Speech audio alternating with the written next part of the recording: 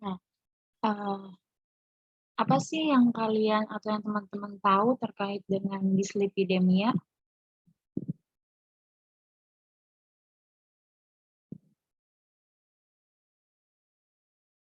Ya, siapa yang mau jawab? Kira-kira apa sih dislipidemia? Atau dulu kita sebutnya apa tuh dislipidemia itu?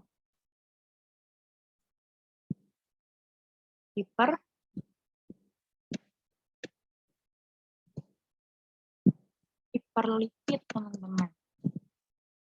Nah, kalau teman-teman udah dengar kata hiperlipid, kira-kira apa yang ada di benak teman-teman? Hiperlipid itu penyakit apa sih?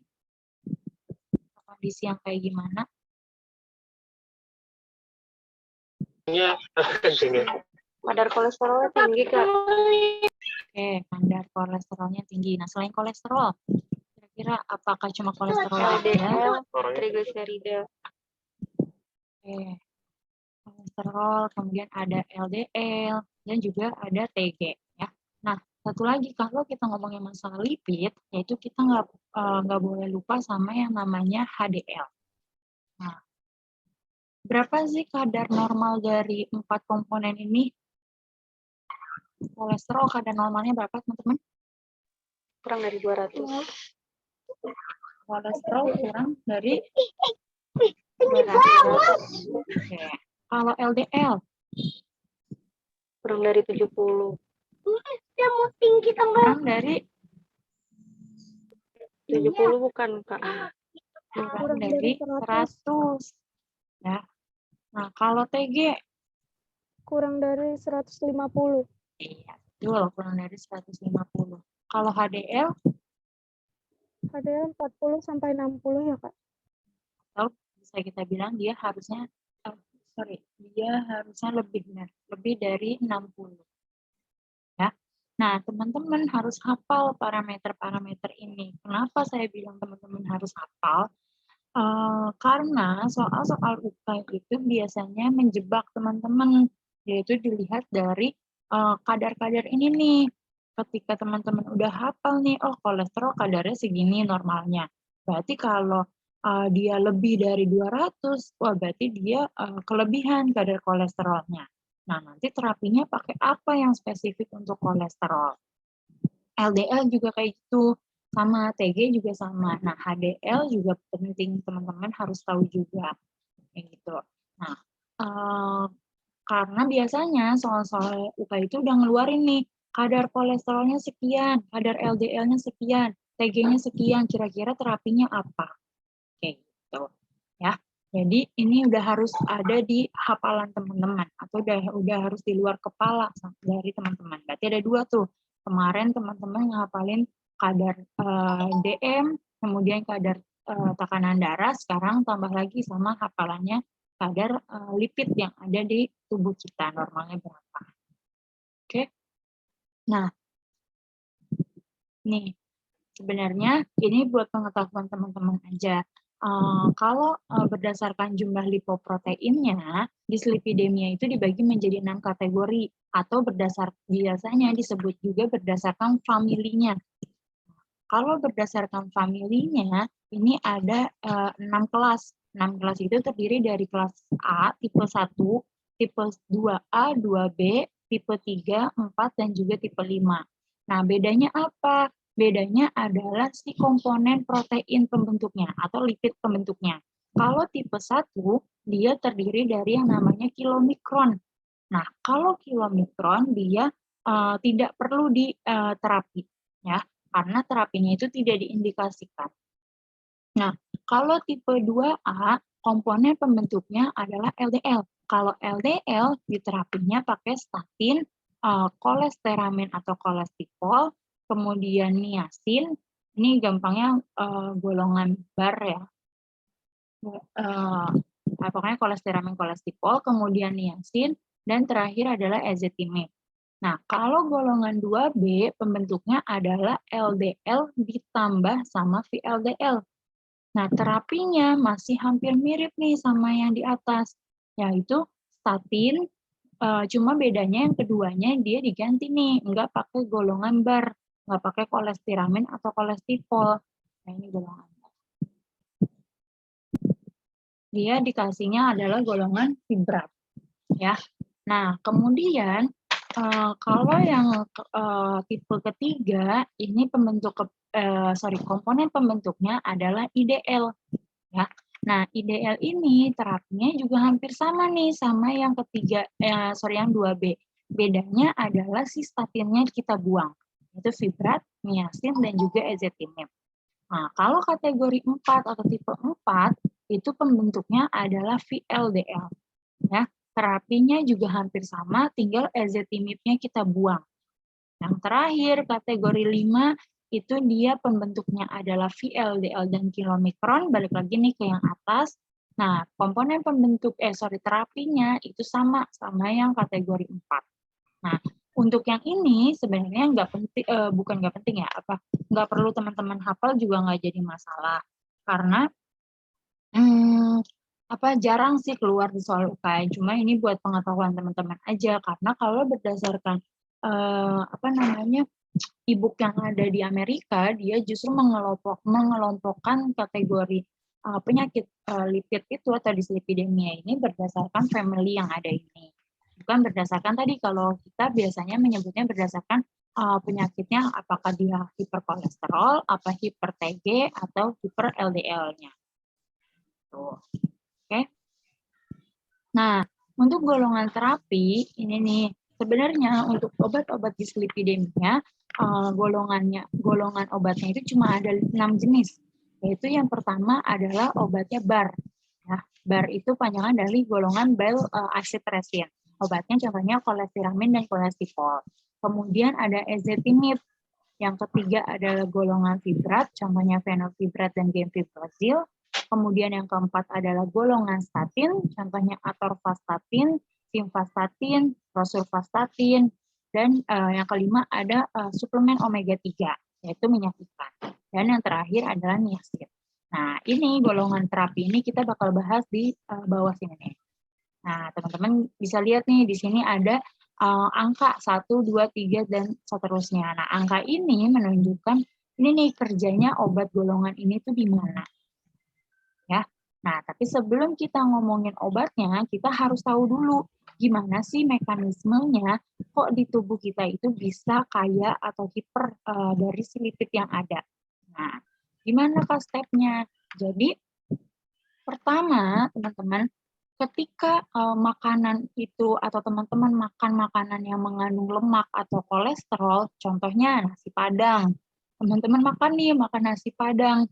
Nah, makanan itu tuh, makanan yang mengandung lemak ini, dia tidak langsung dicerna oleh tubuh teman-teman. Tapi dia akan bertemu nih sama si asam empedu. Nah, dia akan masuk dulu nih, atau akan berikatan dulu dengan asam empedu.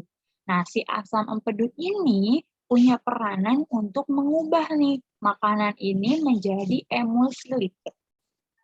Setelah berubah menjadi bentuk lipidnya, maka dia akan mengalami proses diabsorpsi.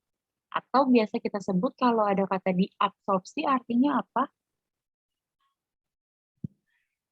Serap. Apa? Diserap. Iya, penyerapan kembali ya. Karena sebenarnya di sini teman-teman ketika makan udah diserap dong sama tubuh, sama lambung teman-teman itu udah dibawa nih, udah diserap. Tapi nanti di lambung dia harus ketemu dulu sama asam empedu. Nah, setelah ketemu sama asam empedu menjadi emulsi lipid, maka terjadi proses penyerapan yang kedua. Nah, proses penyerapan yang kedua ini, si emulsi lipid ini, dia akan dibawa oleh kilomikron. Nah, kilomikron ini ternyata, teman-teman, dia terdiri dari yang namanya trigliserida dan juga kilomikron sisa. Nah, ada yang tahu kilomikron sisa itu kira-kira apa isinya?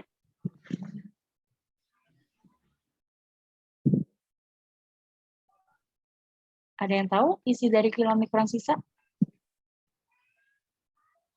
Adalah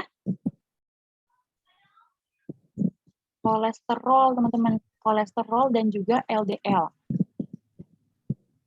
Nah, jadi si kilomikron sisa ini dia adalah merupakan calon ya, calon dari kolesterol dan juga LDL. Nah, untuk yang kilomikron sisanya nih atau bahan baku dari kolesterol sama LDL ini bakal disimpan di hati, teman-teman. Kenapa kok disimpannya di hati? Ada yang tahu nggak?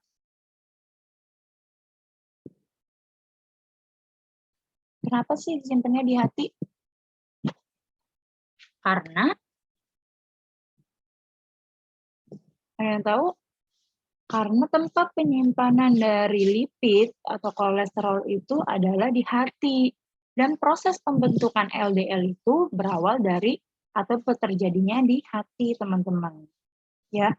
Nah, setelah itu, tadi kan kilomikron sisanya ini disimpan nih di hati. Nah, TG-nya itu dibuang tuh ke jaringan adiposa. Ya, jaringan adiposa yang ada di tubuh. Nah, setelah dibuang ke jaringan adiposa, dia akan bertemu sama yang namanya enzim. Enzimnya itu adalah lipoprotein lipase. Nah, lipoprotein lipase, dia punya peran nih, yaitu mengubah si trigliserida yang tadinya kita bawa di sini, sehingga mengalami yang namanya hidrolisis.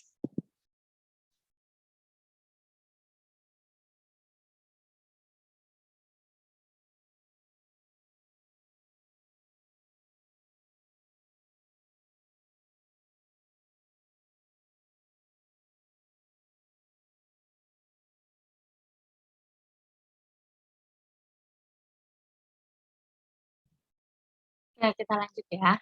Nah, jadi nitrigliseridanya ini, teman-teman, dia akan ketemu nih sama lipoprotein lipase. Nah, si lipoprotein lipase ini dia tugasnya adalah mengubah nih atau mengubah si trigliserida itu sehingga mengalami yang namanya hidrolisis TG. Nah, ketika trigliseridanya terhidrolisis atau pecah, dia akan merubah menjadi dua komponen, yaitu adalah gliserol dan asam lemak. Nah, ternyata hidrolisis TG ini nggak semuanya dirubah menjadi gliserol dan juga asam lemak. Tapi sebagian dari proses hidrolisis TG ini, trigliseridanya dibuang nih menuju jaringan adiposa lagi. Ya, tuh.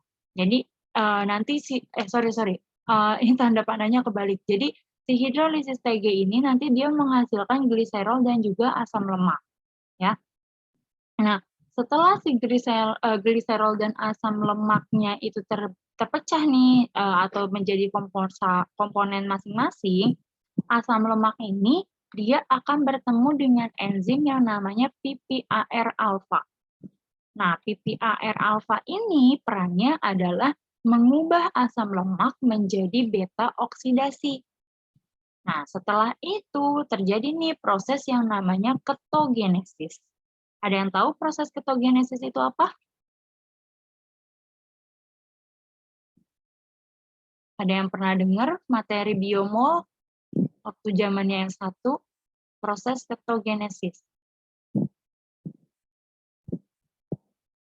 Ketogenesis adalah apa nih? Pasti pada malu-malu kayaknya. Kayunita, pernah dengar nggak kayunita? Proses ketogenesis. Apa ya kali pembentukan keton bukan Kak? Kenapa? Senyawa keton. Iya, senyawa keton itu dibentuk dari apa tuh? Namanya? Lupa. Dari siklus asam sitrat. Ya. Jadi proses ketogenesis itu dia proses pembentukan siklus asam sitrat. Nah, si siklus asam sitrat nanti dia akan berubah nih menjadi asetil-CoA. Ya. Nah, selain dia berubah menjadi asetil-CoA, ternyata siklus asam sitrat ini menghasilkan yang namanya ATP. Apa sih ATP itu, teman-teman? Untuk energi. Fosfat. Ya, sebagai sumber energi. Ya. Nah, ternyata si yang dibawa nih melalui atau yang dilalui melalui proses ini tuh adalah si asetil-CoA-nya aja. ATP-nya disimpan. Nah, si asetil-CoA dia akan bertemu dengan enzimnya nih. Jadi ketika tubuh kita kekurangan kolesterol, dia akan bertemu nih sama enzim HMG-CoA. Ya. Nah, enzim HMG-CoA ini, dia akan berubah menjadi HMG-CoA. Nah, dia berikatan nih sama enzimnya, yaitu HMG-CoA reduktase. Ini enzimnya nih. Nah, setelah dia berikatan sama enzim HMG-CoA reduktase, dia berubah menjadi asam mevalonat. Asam mevalonat mengalami jalur yang namanya mevalonat pathway, nah sehingga menghasilkan yang namanya kolesterol. Ya, jadi dari makanan yang kita makan itu untuk berubah menjadi kolesterol yang disimpan di dalam tubuh kita itu melalui proses yang sangat panjang. Ya, jadi nggak bisa tuh ketika teman-teman habis makan lalu teman-teman bilang, oh saya mengalami hiperlipid. Enggak secepat itu prosesnya teman-teman. Ya, karena sebenarnya ketika teman-teman makan makanan yang mengandung lipid itu, kolesterol yang disimpan di dalam tubuh ketika dalam jumlah yang masih batas normalnya, maka masih aman teman-teman. Tidak mengalami yang namanya hiperlipid. Tapi ketika teman-teman jumlah kolesterol yang disimpannya ini banyak atau berlebihan, baru tuh teman-teman bisa dikategorikan menjadi pasien yang mengalami hiperlipid. Oke, jelas untuk mekanisme makanannya dulu masuk ke dalam tubuh sehingga menjadi kolesterol.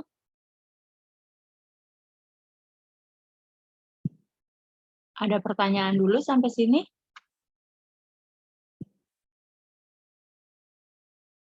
Oke, kalau belum ada pertanyaan, kita lanjut. Nah, ternyata secara alamiah nih, tubuh itu kan punya asetil-CoA ya teman-teman. Nah, si asetil-CoA ini nih nanti dia akan bertemu dengan HMG-CoA. Ketemu sama HMG-CoA, dia akan menghasilkan yang namanya kolesterol. Jadi sebenarnya untuk jalur yang ini nih, itu terjadi secara alamiah. Mau ada makanan ataupun tidak ada makanan, ya, ada pengaruh makanan atau tidak, tapi ketika tubuh kita memang kekurangan kadar kolesterol, maka dia akan memproduksinya. Ya. Jadi secara alami itu tubuh kita udah bisa memproduksi si kolesterol itu sendiri. Oke. Nah, kolesterol kemudian disimpan nih di dalam hati, teman-teman. Nah, ternyata kan tadi juga dibilang tuh kilomikron sisa yang merupakan calon atau komponen pembentuk dari kolesterol dan LDL juga disimpan nih di dalam hati. Nah, ketika hati kelebihan kadar kolesterol, nah dia akan diekspresikan ke empedu dalam bentuk asam empedu. Ya.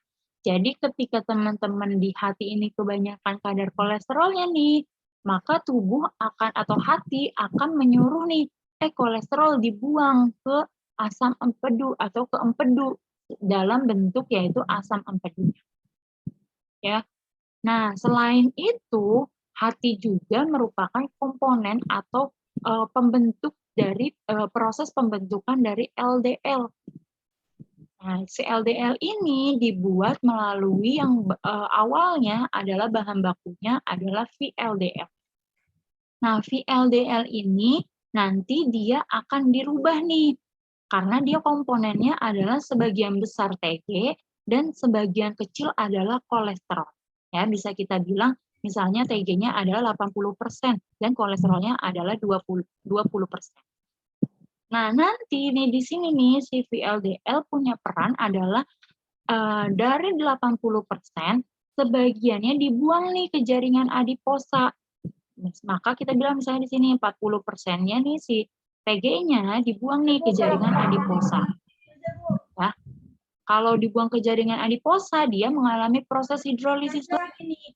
Nanti mengalami proses yang atas sampai terbentuk yang namanya kolesterol kembali. Ya. Nah, sedangkan nih sebagiannya lagi, 40%-nya lagi, di sini nih dia menjadi IDL. Ya.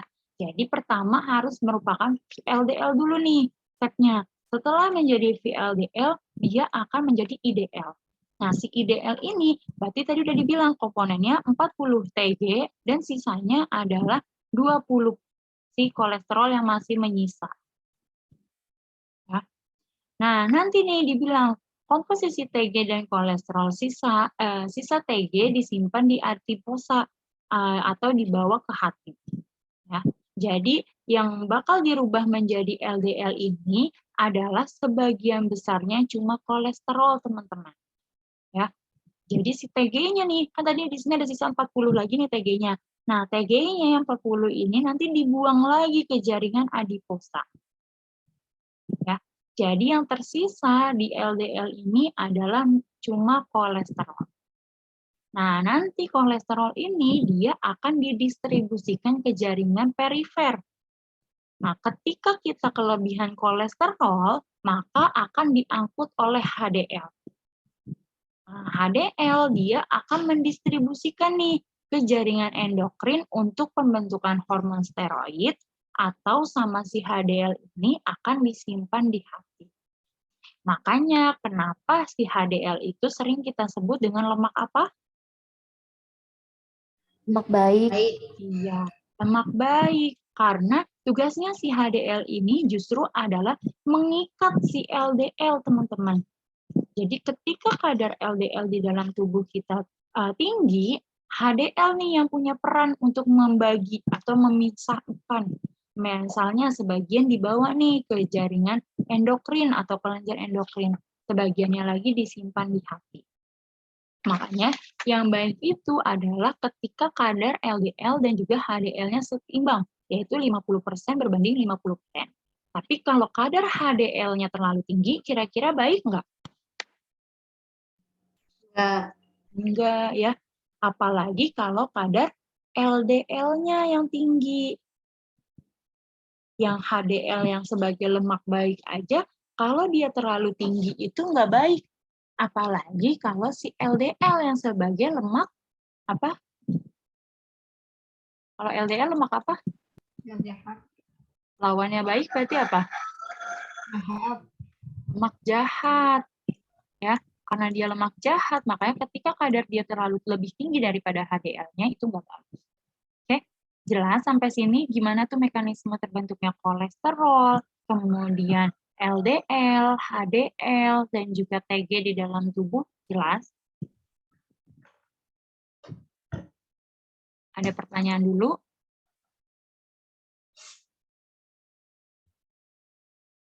Oke, kalau belum ada pertanyaan, sekarang kita bahas obatnya nih. Nah, obatnya tadi yang pertama apa tuh? Ada yang ingat tadi golongannya apa yang pertama? Bar.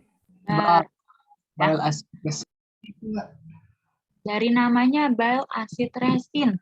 Kira-kira tugasnya dia ngapain tuh?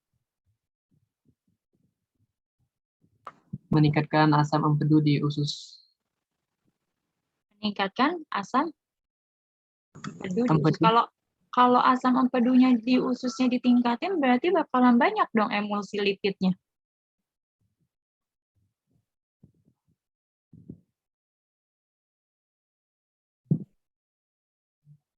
Menurunkan. Gimana? Justru dia tugasnya itu nih, si bar ini kerjanya adalah memang benar ya di saluran atau di asam empedu ya. Dia kerjanya di asam empedu, di empedu ini. Nah, tugasnya apa? Tugasnya dia justru mengikat makanan, teman-teman. Ya, sehingga makanan ini nggak bisa nih berikatan sama asam empedu. Kalau tadi makanan berikatan sama asam empedu, kan dia menjadi emulsi lipid yang bakal diserap. Nah, tapi kalau kira-kira makanannya berikatan sama si bar nih, sama obat bar, kira-kira dia berubah menjadi emulsi lipid nggak? Enggak. Enggak. Kalau dia nggak berubah menjadi emulsi lipid, maka dia tidak bisa diserap oleh tubuh kita. Ya, coba teman-teman bayangin, pasiennya punya kadar hiperlipid yang tinggi, tapi dia juga tetap nih makan makanan yang mengandung kolesterol. Atau dia suka banget makan makanan Padang misalnya. Nah, berarti kan kita harus mencegah nih, biar makanan yang dia makan itu nggak meningkatkan kadar lipid yang udah dia punya. Ya, caranya gimana? Caranya dia mengikat nih dengan obat si golongan bar. Ya, atau gampangnya kalau teman-teman ingat golongan bar, itu ingat kayak kemarin obat DM apa kira-kira? Metformin. Yakin metformin. Yang kerjanya di makanan langsung. Akar bos. Akar Oh ya. bos. Ya, jadi si bar ini dia hampir mirip sama si akar bos. Dia menghambat biar makanan yang masuk itu tidak bisa diserap. Ya. Nah, oleh karena itu, kira-kira efek sampingnya apa nih? Kalau si bar ini kira-kira apa? Kalau dia nih ngehambat makanan yang berlemak, kira-kira selain makanan, apa itu yang dihambat sama dia? Tahu nggak? Penyerapan. Vitamin. Vitamin. Ya, vitamin itu kan ada dua tuh teman-teman. Ada yang larut air sama yang larut lemak. Iya nggak? Ya defisiensi vitamin A. Iya, benar. Nah, karena dia vitamin A, D, E, K itu dia adalah vitamin yang larut dalam lemak, ya. Nah, makanya dia obat golongan bar ini dia menyebabkan yang namanya efek sampingnya defisiensi vitamin A, D, E, K. Ya. Nah, kira-kira yang paling parah lagi kalau defisiensi vitamin A, D, E, K, kira-kira apa tuh manifestasinya? Pendarahan, isi berdarah. Benar ya, pendarahan. Karena ini nih, vitamin K ini tugasnya sebagai anti apa? Kemarin kita bahas tuh. Anti Dia kan apa? mental darah. Iya, atau Koagulan. antikoagulan nih. Vitamin K ini tuh punya peranan dalam proses koagulasi darah. Ya. Jadi ketika dia kekurangan, maka bisa menyebabkan pendarahan. Oke, tadi contoh obatnya udah tahu apa untuk golongan bar? Kolesterol. Nah, yang kedua, obat golongan atau obat hiperlipid yaitu adalah yang bekerjanya pada saluran cerna, teman-teman. Kira-kira tadi apa tuh yang golongan kedua? Ada yang ingat?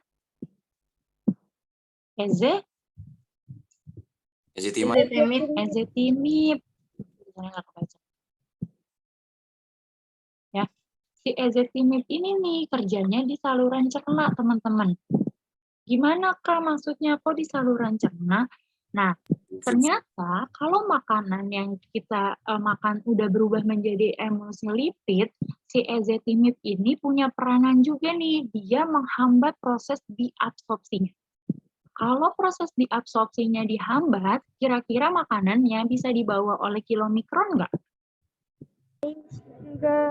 Enggak, ya. Makanya terhambat nih, makanannya cuma masuk setengah, tapi nggak bisa dibawa. Nah, efek sampingnya kira-kira apa nih kalau misalnya terjadi penumpukan emulsi lipid?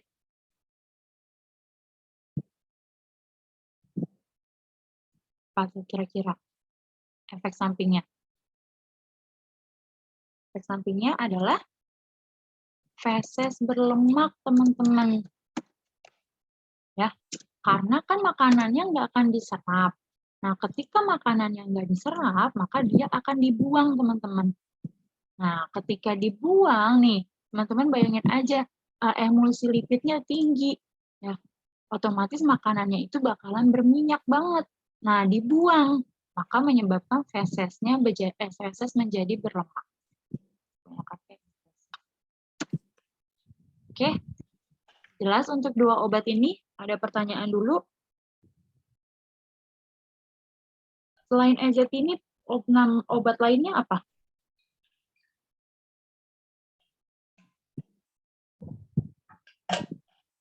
Ada yang tahu? Nggak tahu. Pernah dengar nama obat ini? Oh ya, Orlistat. Orlistat ya. Orlistat ini nama obat lainnya nih selain ezetimibe. Ya, namanya nggak mirip, jadi teman-teman harus hafalin. Ya, biasanya kan kalau kayak tadi yang bar hampir mirip tuh, ada koles-kolesnya depannya, kolestiramin, kolestipol. Kalau si ini nih, si ezetimibe temennya nggak mirip, Orlistat. Oke, jelas ya untuk dua golongan obat ini? Jelas. Nah, oke, kalau jelas kita lanjut ke golongan yang ketiga. Nah, golongan yang ketiga tadi apa? Ada yang ingat? Trigliserid. Golongan? Fibrat.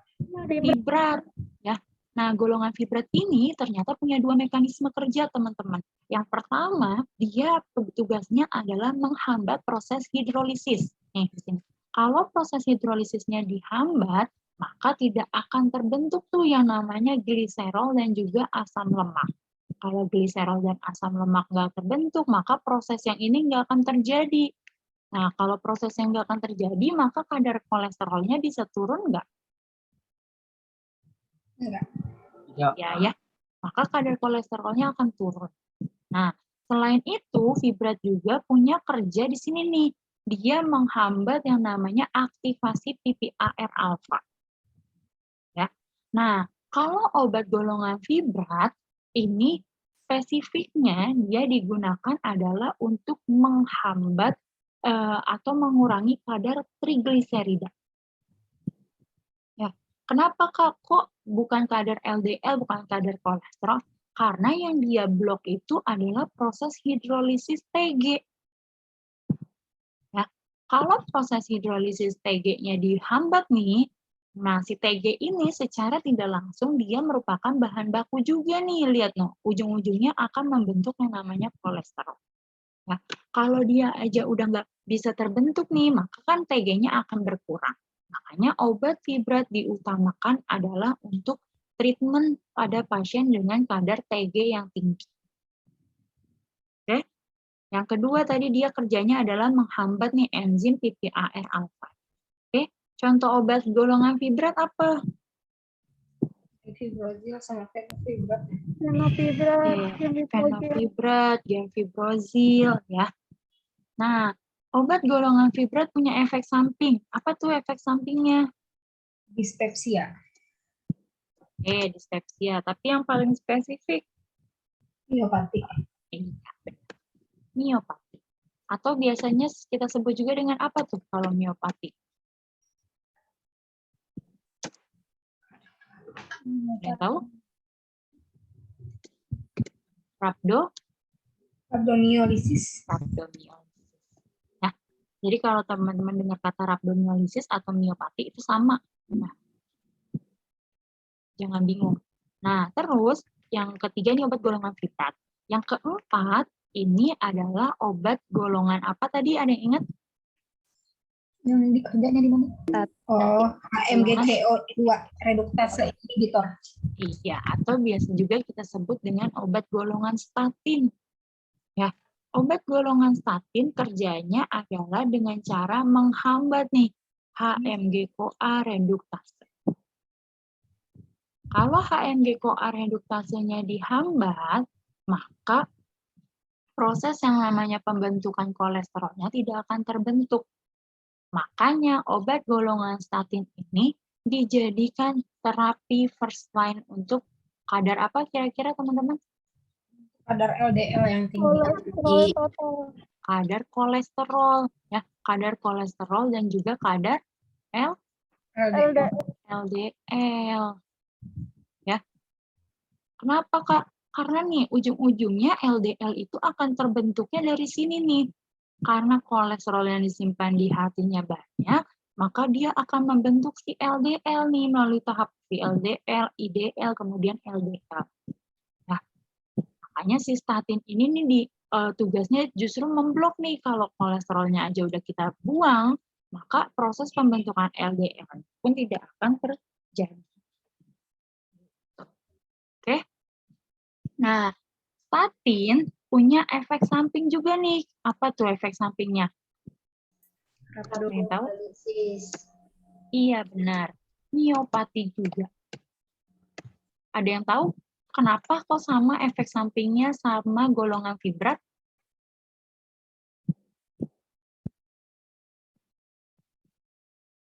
Kira-kira ada yang tahu nggak? Tadi siklus asam sitrat menghasilkan asetil-CoA dan apa? Sama-sama bekerja di hatinya sih, Kak. Kenapa?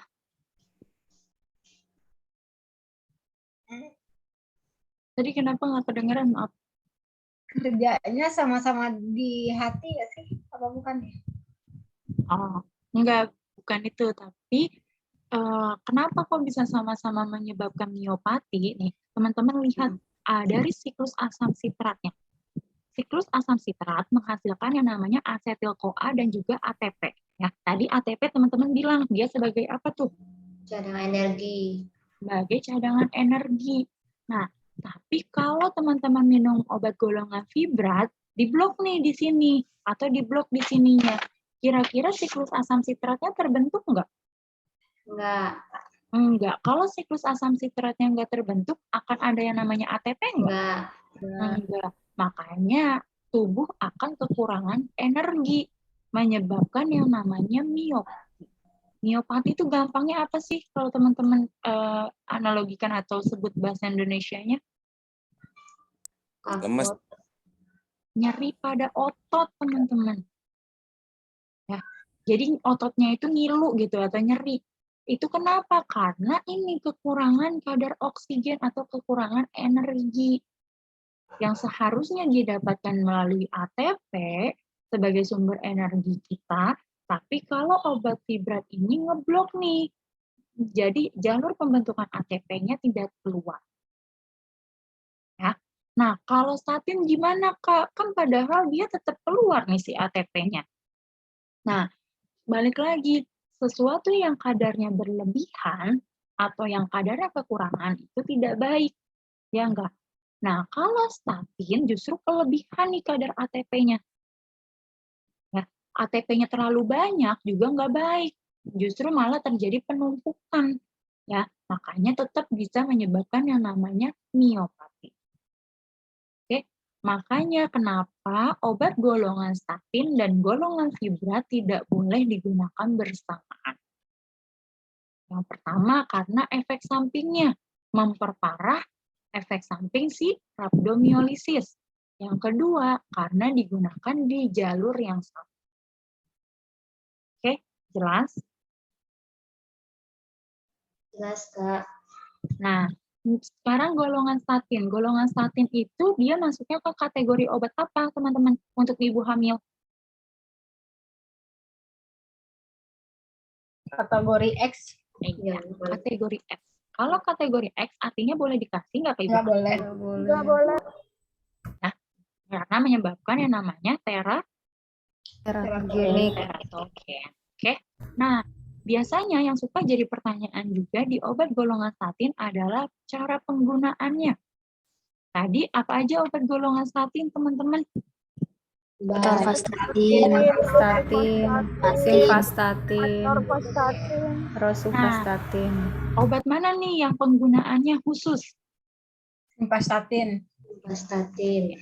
Simvastatin. Apa simvastatin penggunaannya beda sama atorvastatin atau Karena rosuvastatin?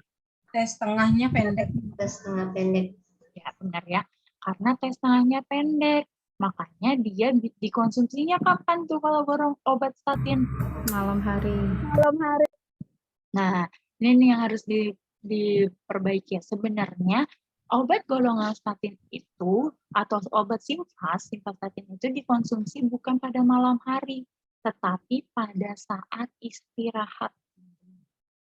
Nah, karena orang Indonesia istirahatnya adalah malam hari, makanya kita sering bilang ke pasien itu dikonsumsi malam hari. Nah, tapi kalau teman-teman berikannya kepada pasien yang di luar negeri, contohnya yang istirahatnya itu bukan malam hari, maka teman-teman nggak bisa bilang dikonsumsinya malam hari ya. Nah, kalau di luar negeri, obat golongan simpas ini dikonsumsinya justru pada pagi hari atau dini hari. Nah, karena habitnya mereka adalah istirahat pada dini hari. Tuh ya, jadi teman-teman harus tahu tuh, kenapa sih kok digunakannya pada saat istirahat, teman-teman? Karena proses pembentukan lemaknya terjadi pada saat istirahat. Iya, pada saat istirahat, bukan pada saat malam hari. Ya, itu yang harus teman-teman garis bawahi.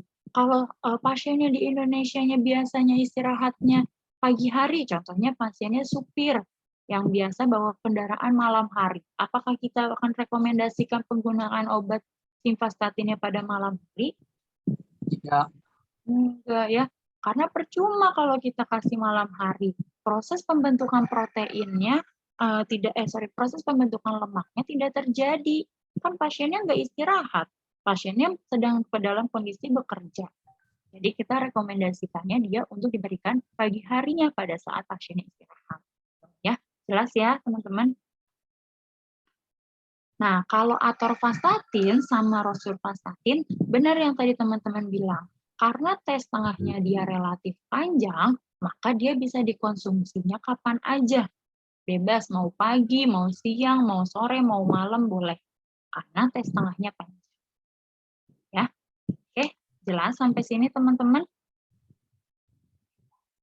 Jelas. Oke, nah kemudian yang kelima adalah obat nih. Obat yang meningkatkan kadar HDL. Nah, dia sebenarnya bukan terapi utama nih. Dia, tadi ada yang ingat obatnya apa? Omega 3. Omega 3 atau minyak ikan. Nah, si omega 3 atau minyak ikan ini dia cuma membantu meningkatkan kadar HDL.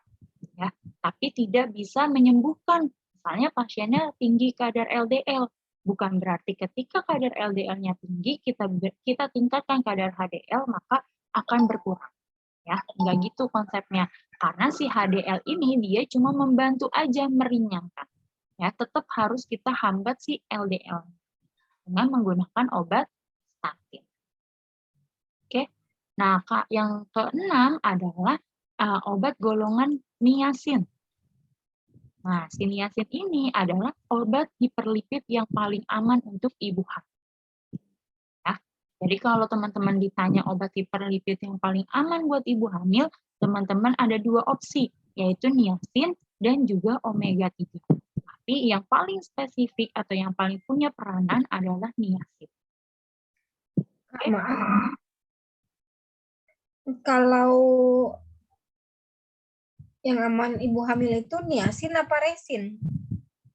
Niacin. Maksudnya golongan bar gitu. Iya.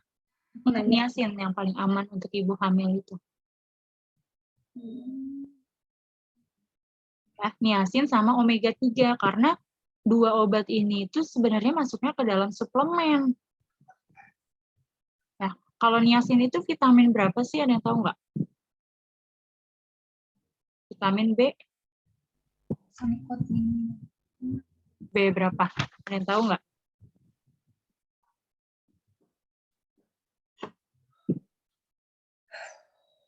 B3, teman-teman.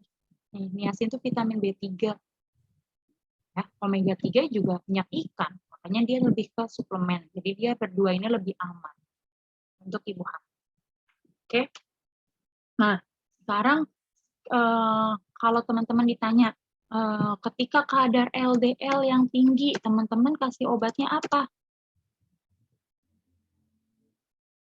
Statin. Statin. Kalau kadar kolesterol yang tinggi, Bar.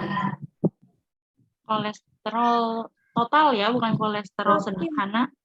Statin. Statin. Ya, Ya, statin. statin. Ini tulis ya, kolesterol total. Kalau kadar TG-nya yang tinggi, Fibra. oke. TG-nya tinggi, kita kasihnya fibra. Nah, kalau HDL-nya yang rendah misalnya, mau kita naikin, kita kasihnya apa? Omega 3. Omega 3. Omega 3. Nah, sekarang pertanyaannya kalau kadar, oh ya tadi satu lagi yang kolesterol sederhana. Kita kasihnya apa? Kolesteramin. Bar. Kolesterol sederhana kita kasihnya si bar. Ya. Nah, kalau ezetimibe kapan dikasihnya teman-teman? Dia sebagai terapi. Lengkapnya statin nggak sih, Kak? Iya, dia sebagai terapi adjuvan. Biasanya dia dikombinasi dengan statin. Ya. Tuh. Nah, kalau sekarang di soal misalnya bilang kadar LDL-nya tinggi, kadar kolesnya juga tinggi, kadar TG-nya tinggi, kira-kira dikasih obatnya apa? Statin. statin. Ya. Oke, sebenarnya ini aja nih konsep yang harus teman-teman hafal. Oke. Diputer-puter aja kalau misalnya kadar LDL-nya tinggi, statin. Kolesterol total, statin. TG, fibrat. HDL, omega 3, kolesterol sederhana nyebar. Kemudian kalau semuanya tinggi, pakainya statin. Oke, jelas sampai sini? Ada pertanyaan dulu? Kak, aku mau tanya dong, Kak. Mm-mm. Kalau kombinasi statin sama fibrat boleh nggak? Kombinasi statin sama fibrat itu tidak dianjurkan. Karena tadi yang udah saya sempat jelasin sedikit. Dia memperparah efek samping rhabdomyolysis. Dan yang kedua juga karena dia di jalur yang sama. Kalau dia bekerja di jalur yang sama, otomatis kan tubuh akan kekurangan kadar asetil-CoA, kemudian kita juga kekurangan kadar gliserol dan asam lemak, padahal kan itu dibutuhkan sama tubuh kita. Makanya di semua literatur itu menyarankan tidak boleh dikonsumsi bersamaan nih si statin dan juga fibrat. Atau pada kondisi tertentu Kak, misalnya pasiennya memang udah parah banget, kadar kolesterolnya udah terlalu tinggi, kadar TG-nya juga udah terlalu tinggi. Maka kalau memang sudah dalam kondisi yang tidak bisa kita pisah obatnya, maka kita harus berikan obat yang bisa menangani efek sampingnya. Cuma treatment utamanya jarang yang semua literatur itu tidak menyarankan penggunaan bersamaan antara statin dan juga Iya, Kak. Tapi kan kalau di kenyataannya ya kayak di tempat PKPA gitu kan ada juga tuh ya dia statin, misalkan simvastatin, terus ada juga dia dibarengin sama fenofibrat gitu. Iya. Kalau kayak gitu gimana kita maksudnya mensiasati ininya, terapinya? Kalau misalnya kasusnya di rumah sakit ya, pasiennya dikombinasi nih antara statin sama fibrat. Kita lihat dulu, kita cari tahu berapa sih kadar kolesterol sama kadar TG atau LDL-nya pasiennya berapa. Oh memang ternyata tinggi banget nih kadarnya dibandingkan sama normalnya, jauh. Nah, kita tanya apakah pasiennya pernah, kan kita bisa lihat tuh rekam medisnya. Apakah pasiennya pernah menggunakan statin terlebih dahulu atau menggunakan fibrat terlebih dahulu? Nah, kalau memang pernah, bagaimana responnya? Apakah ternyata tidak ada perbaikan? Nah, kalau memang nggak ada perbaikan dan memang direkomendasikannya untuk menggunakan bersama, kita sebagai apoteker harus bilang, dok, dia punya efek samping yang sama, rhabdomyolysis. Gimana, bisa nggak kalau dipisah? Kalau memang nggak bisa, boleh nggak saya usulkan dia untuk pemberian obat yang bisa menangani efek sampingnya? Kenapa kalau misalnya dokternya tetap harus digabung? Ya udah, kita cuma bisa ngerekomendasiin, ya udah tetap kalau mau digabung saya minta ditambahin obat yang bisa menangani rhabdomyolysisnya si pasien. Karena kita udah ngasih solusi, ternyata nggak boleh nih dok kalau digabung. Nah, tapi dokternya tetap kekeh, kita bisa kasih solusi lainnya yaitu untuk menangani efek samping. Kak, kalau kayak gitu golongan fibrat tuh boleh dikasih kapan aja ya Kak? Maksudnya nggak harus malam kan, atau bisa boleh pagi atau siang gitu nggak? Nggak kayak simvastatin yang harus malam atau yang harus pada saat istirahat. Kalau golongan fibrat boleh kapan aja atau gimana Kak? Boleh kapan aja, tapi 1 kali dalam sehari. Kalau teman-teman bilang, kan ini Kak, nggak terjadi interaksi dong, kan dia diminumnya misalnya misalnya diminumnya siang, si statinnya diminumnya malam. Ya walaupun tidak terjadi interaksi, tapi kan ini interaksinya bukan pada fase farmakokinetik, justru pada fase farmakodinamik. Jadi sebenarnya kalau interaksi pada farmakodinamik itu mau kita cegah segimanapun dengan cara penjedaan pemakaian tetap akan terjadi. Beda ya kalau interaksinya farmakokinetik, contohnya pada fase absorpsinya, nah itu bisa kita jeda. Tapi kalau pada fasenya farmakodinamik yang terjadi pada efek samping atau efek obatnya, nah itu kita nggak bisa dijeda, walaupun dijeda tetap akan menimbulkan efek. Gitu Kak. Gimana? Jelas Kak? Ya jelas Kak, makasih. Kita mau tanya juga dong Kak. Iya, boleh. Tadi untuk ngatasin rhabdomyolisisnya pakai apa ya? Nah, kalau untuk mengatasi rhabdomyolisisnya, kita bisa berikan suplemen. Contohnya kayak penambahan apa namanya vitamin B6, piridoksin, kemudian tiamin, vitamin B1, kemudian cyanocobalamin, vitamin B12. Tapi ya namanya cuma suplemen ya teman-teman, cuma membantu ya meningkatkan apa ya istilahnya bukan berperan menyembuhkan gitu, namanya kan cuma suplemen, cuma membantu aja. Makanya lebih baik sih memang dihindari untuk penggunaan bersama. Tuh. Sorry Kak, tadi mekanismenya niacin apa ya? Kalau mekanismenya niacin dia nih menghambat pembentukan VLDL. Kalau VLDL-nya diblok kan otomatis IDL-nya nggak akan terbentuk, LDL juga nggak akan terbentuk. Kak mau tanya Kak, Iya boleh. berarti kalau tadi statin sama fibrat kan resiko rhabdomyolisisnya tinggi ya Kak, termasuk Iya. berarti simvastatin sama gemfibrozil juga sama ya Kak ya? Iya Dia, sama. kalau simvastatin sama niacin itu gimana Kak? Kombinasinya apa resikonya lebih rendah atau bagaimana? Kalau simvastatin sama niacin nggak ada efek samping ke itu kok, ke rhabdomyolysis enggak. Karena kan yang menyebabkan rhabdomyolysis ini nih karena si ATP-nya teman-teman. Sedangkan si niacin ini terjadinya dari hati setelahnya. Jadi kan komponen kolesterolnya ada disimpan nih di hati. Nah, karena kebanyakan si kolesterol yang di hati, makanya dibikin LDL. Gitu. Jadi dibuang tuh, dibuangnya dengan cara dibikin LDL sama hati. Jadi kan dia nggak menghambat proses ini nih, si pembentukan ATP ini. Jadi aman. Oke Kak, jadi aman ya. Ya, makasih Kak. Makanya biasanya statin itu dikombinasinya justru sama golongan ezetimibe nih. Kenapa? Pertama kan kalau statin ini dia ngehambatnya justru langsung di kolesterolnya ya, atau pembentukan asetil-CoA-nya ini biar nggak jadi kolesterol. Nah, si ezetimibe kita manfaatkan untuk penghambatan pada makanannya. Gitu.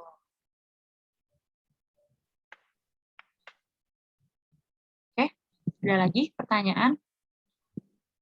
Kak, mau tanya, kalau obat-obat kolesterol yang tidak boleh dikonsumsi oleh misalnya oleh pasien DM atau misalnya oleh pasien hipertensi, itu apa aja ya Kak? Terus misalnya kan ada spesifik lagi ya Kak, misalnya ada beberapa obat kolesterol yang menyebabkan konstipasi kayak gitu, itu apa aja ya Kak? Kalau obat hiperlipid sebenarnya nggak ada batasan dia pasiennya DM ataupun pasiennya hipertensi, karena justru obat penyakit hiperlipid ini yang menyebabkan, nanti kita bakal bahas sih di bagian bawah, justru karena kadar hiperlipid yang terlalu tinggi bisa menyebabkan penyakit-penyakit kardio lainnya, contohnya CAD atau plak arteriosklerosis. Nah, itu penyebabnya adalah ini nih, kadar hiperlipid yang terlalu tinggi. Nah, makanya justru pada pasien-pasien cardiac disease biasanya dicari tahu nih penyebabnya apa. Oh, karena plak. Karena plak, berarti kita berikan justru obat-obat hiperlipidnya. Gitu. Jadi justru nggak ada nih batasannya si obat hiperlipid ini dilarang buat pasien hipertensi atau pasien DM atau gimana, karena justru dia penyebabnya untuk pasien-pasien kardio atau gangguan pada jantung.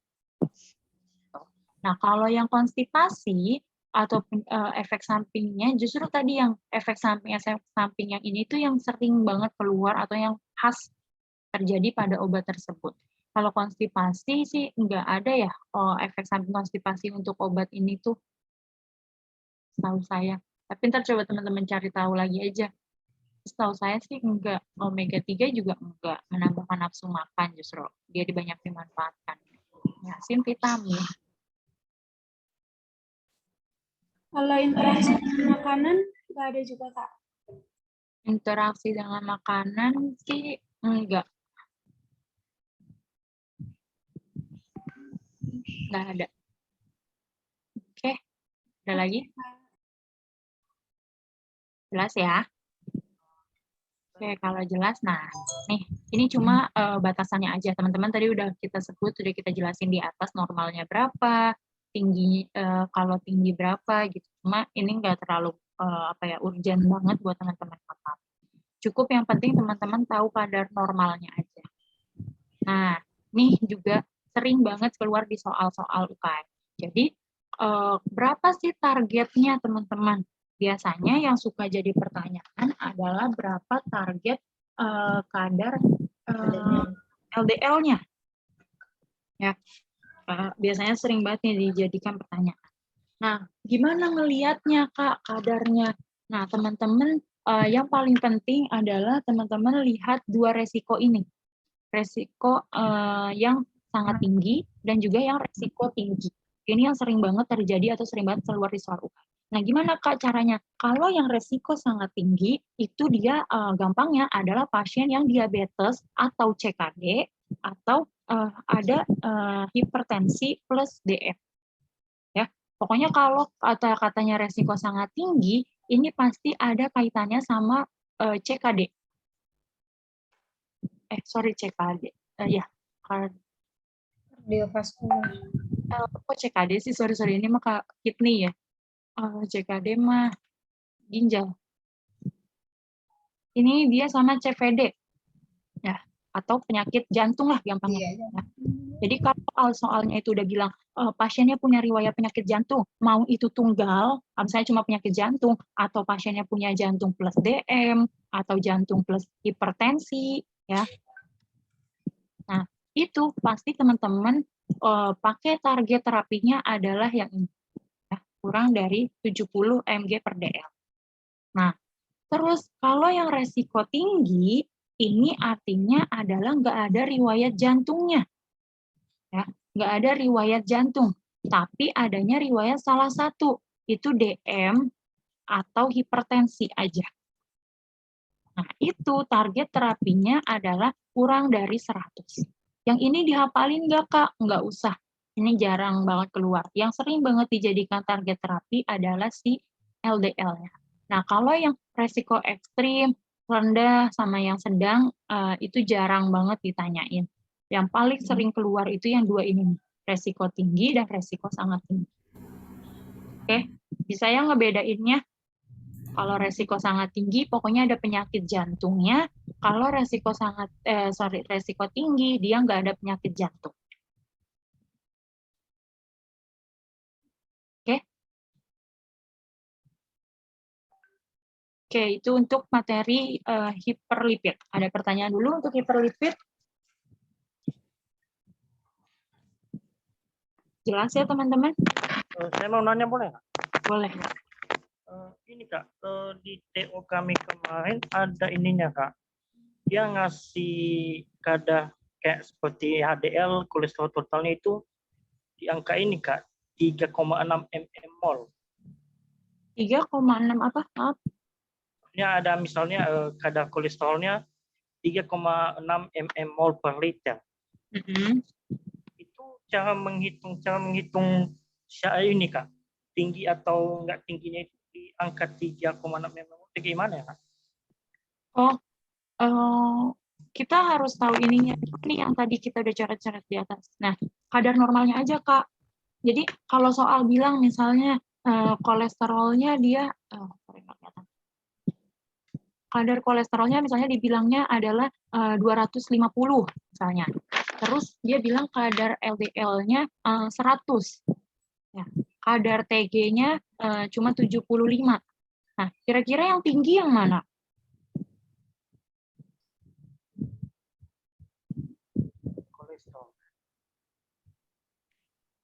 Lihatnya dari sini nih.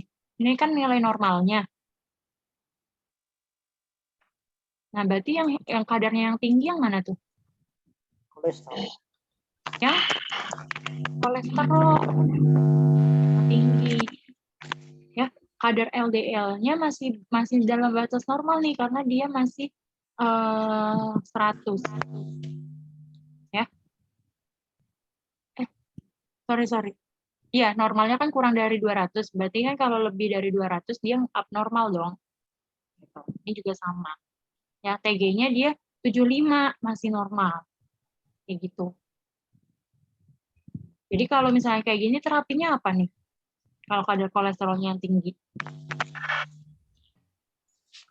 Statin, Kak. Kayaknya Kita pakai kasih apa? Statin. Statin, teman-teman. harusnya pakai bar nggak sih kan? Enggak, kalau kolesterolnya yang tinggi masih kita kasihnya statin. Kecuali dia bilangnya kolesterol bukan kolesterol utama ya, tapi karena bar itu tuh sebenarnya jarang digunakan sebagai terapi utama sih, teman-teman. Kalau yang kolesterol totalnya tinggi itu nggak pakai resin berarti? Resin justru dipakainya buat kolesterol sederhana. Tapi biasanya soal luka itu nggak nyebutin malah kolesterol sederhana, kolesterol total. Kak mau Gampangnya nanya gitu. dong, Iya, ya, kalau Bu. apa namanya kalau kolesterol itu dia memang pasti satuannya itu miligram per dl nggak atau ada yang lain gitu? Mungkin Enggak, maksudnya itu kali yang pertanyaan yang tadi itu yang dia mili apa tuh namanya yang 3, berapa gitu. satuannya selalu miligram per dl. Oh, berarti nggak ada selain itu ya, Kak? Enggak ada. Gitu. Kecuali teman-teman kalau biasanya tuh yang sering banget jadi masalah di soal UKI itu adalah kadar TG. Kalau kadar TG-nya itu udah sampai 200 nih, 200 sampai dengan 300 lebih lah, itu udah pasti walaupun kadar LDL-nya tinggi, kadar kolesterolnya tinggi, itu pasti teman-teman harus kasih dia obat TG. Ya. Contoh, kadar LDL-nya misalnya 200. Nah, terus kadar TG-nya misalnya 400. Nah, kalau kayak gini, teman-teman udah harus kasih dia obatnya justru TG. Kenapa? Karena kadar TG-nya udah 2 kali lipat dari LDL. Dan dia udah masuk range yang ini nih, lebih dari 200. Maka harus ditreatment dengan menggunakan TG. Obat TG atau obat fibrat, sorry. Obatnya fibrat. Tapi kalau kadar TG-nya masih kurang dari 200, walaupun jaraknya jauh sama si LDL, misalnya LDL-nya 150, si TG-nya dia 180 nih, jaraknya lumayan, atau di sini 100 deh, 100 sama 180, jaraknya kan lumayan nih. Ini tetap kita kasihnya adalah obatnya statin. Tapi kalau dia udah lebih dari 200, kita udah harus kasih dia obatnya adalah fibra. Kak mau tanya dong, berarti kalau kayak gitu harus yang maksudnya kayak golongan statin nih, kan ada beberapa yang kayak pasien tuh langsung dapat atorvastatin. Mungkin nggak sih apa harus simvastatin dulu? Apa kalau memang nggak berefek dengan simvastatin baru naik jadi atorvastatin gitu atau gimana? Oh, kalau itu sebenarnya lihat dari persentase LDL-nya. Jadi kalau teman-teman buka di Piro ya, di Piro itu dia ada kapan penggunaan statin yang baik digunakan. Jadi kalau pasiennya itu masuknya ke high intensity LDL-nya, baru tuh kita pakainya udah harus yang atorvastatin atau rosuvastatin yang dosis tinggi. Kalau yang moderat, berarti kita harus pakainya ator sama rosuvastatin dosis rendah, atau bisa kita pakai simvastatin dosis tinggi. Nah, kalau dia low intensity-nya, maka kita pakainya simvastatin yang dosis rendah. Nah, itu dilihatnya dari mana? Itu dilihat dari kadar LDL. Cuma kalau soal UKI nggak sedalam itu sih, teman-teman. Cuma kalau teman-teman praktek di rumah sakit atau kerja di rumah sakit, pasti sih bakalan nemu kasus-kasus kayak gitu. Cuma bisa dibuka tuh di Pironya kalau teman-teman mau cari tahu. Persentasenya, ada persentasenya sama ada kadarnya.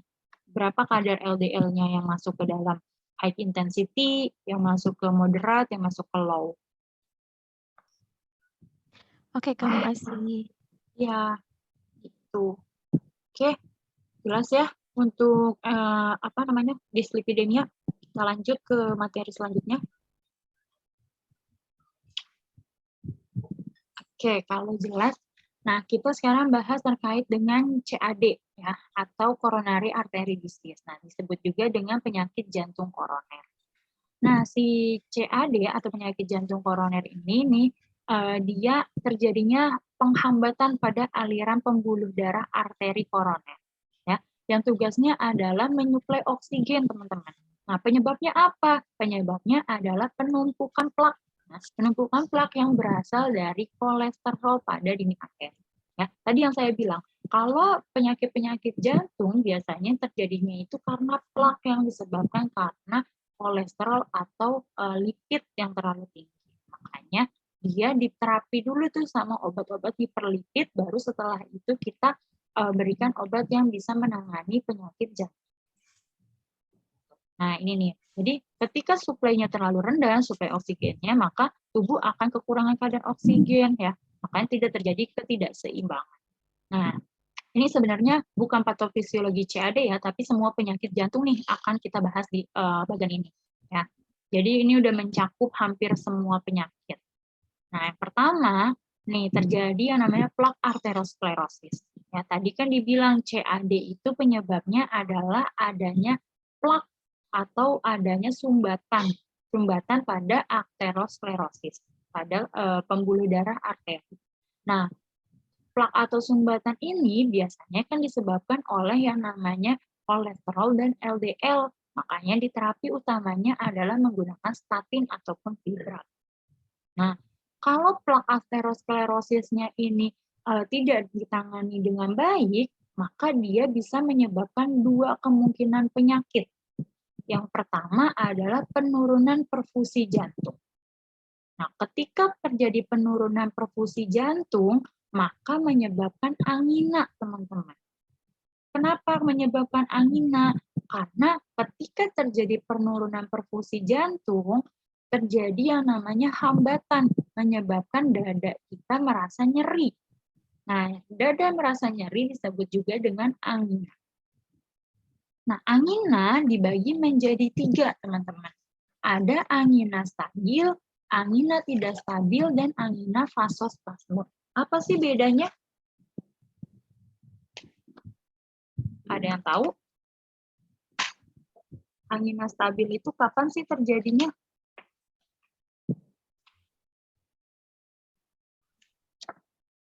Ada yang tahu nggak angina stabil? Angina stabil terjadi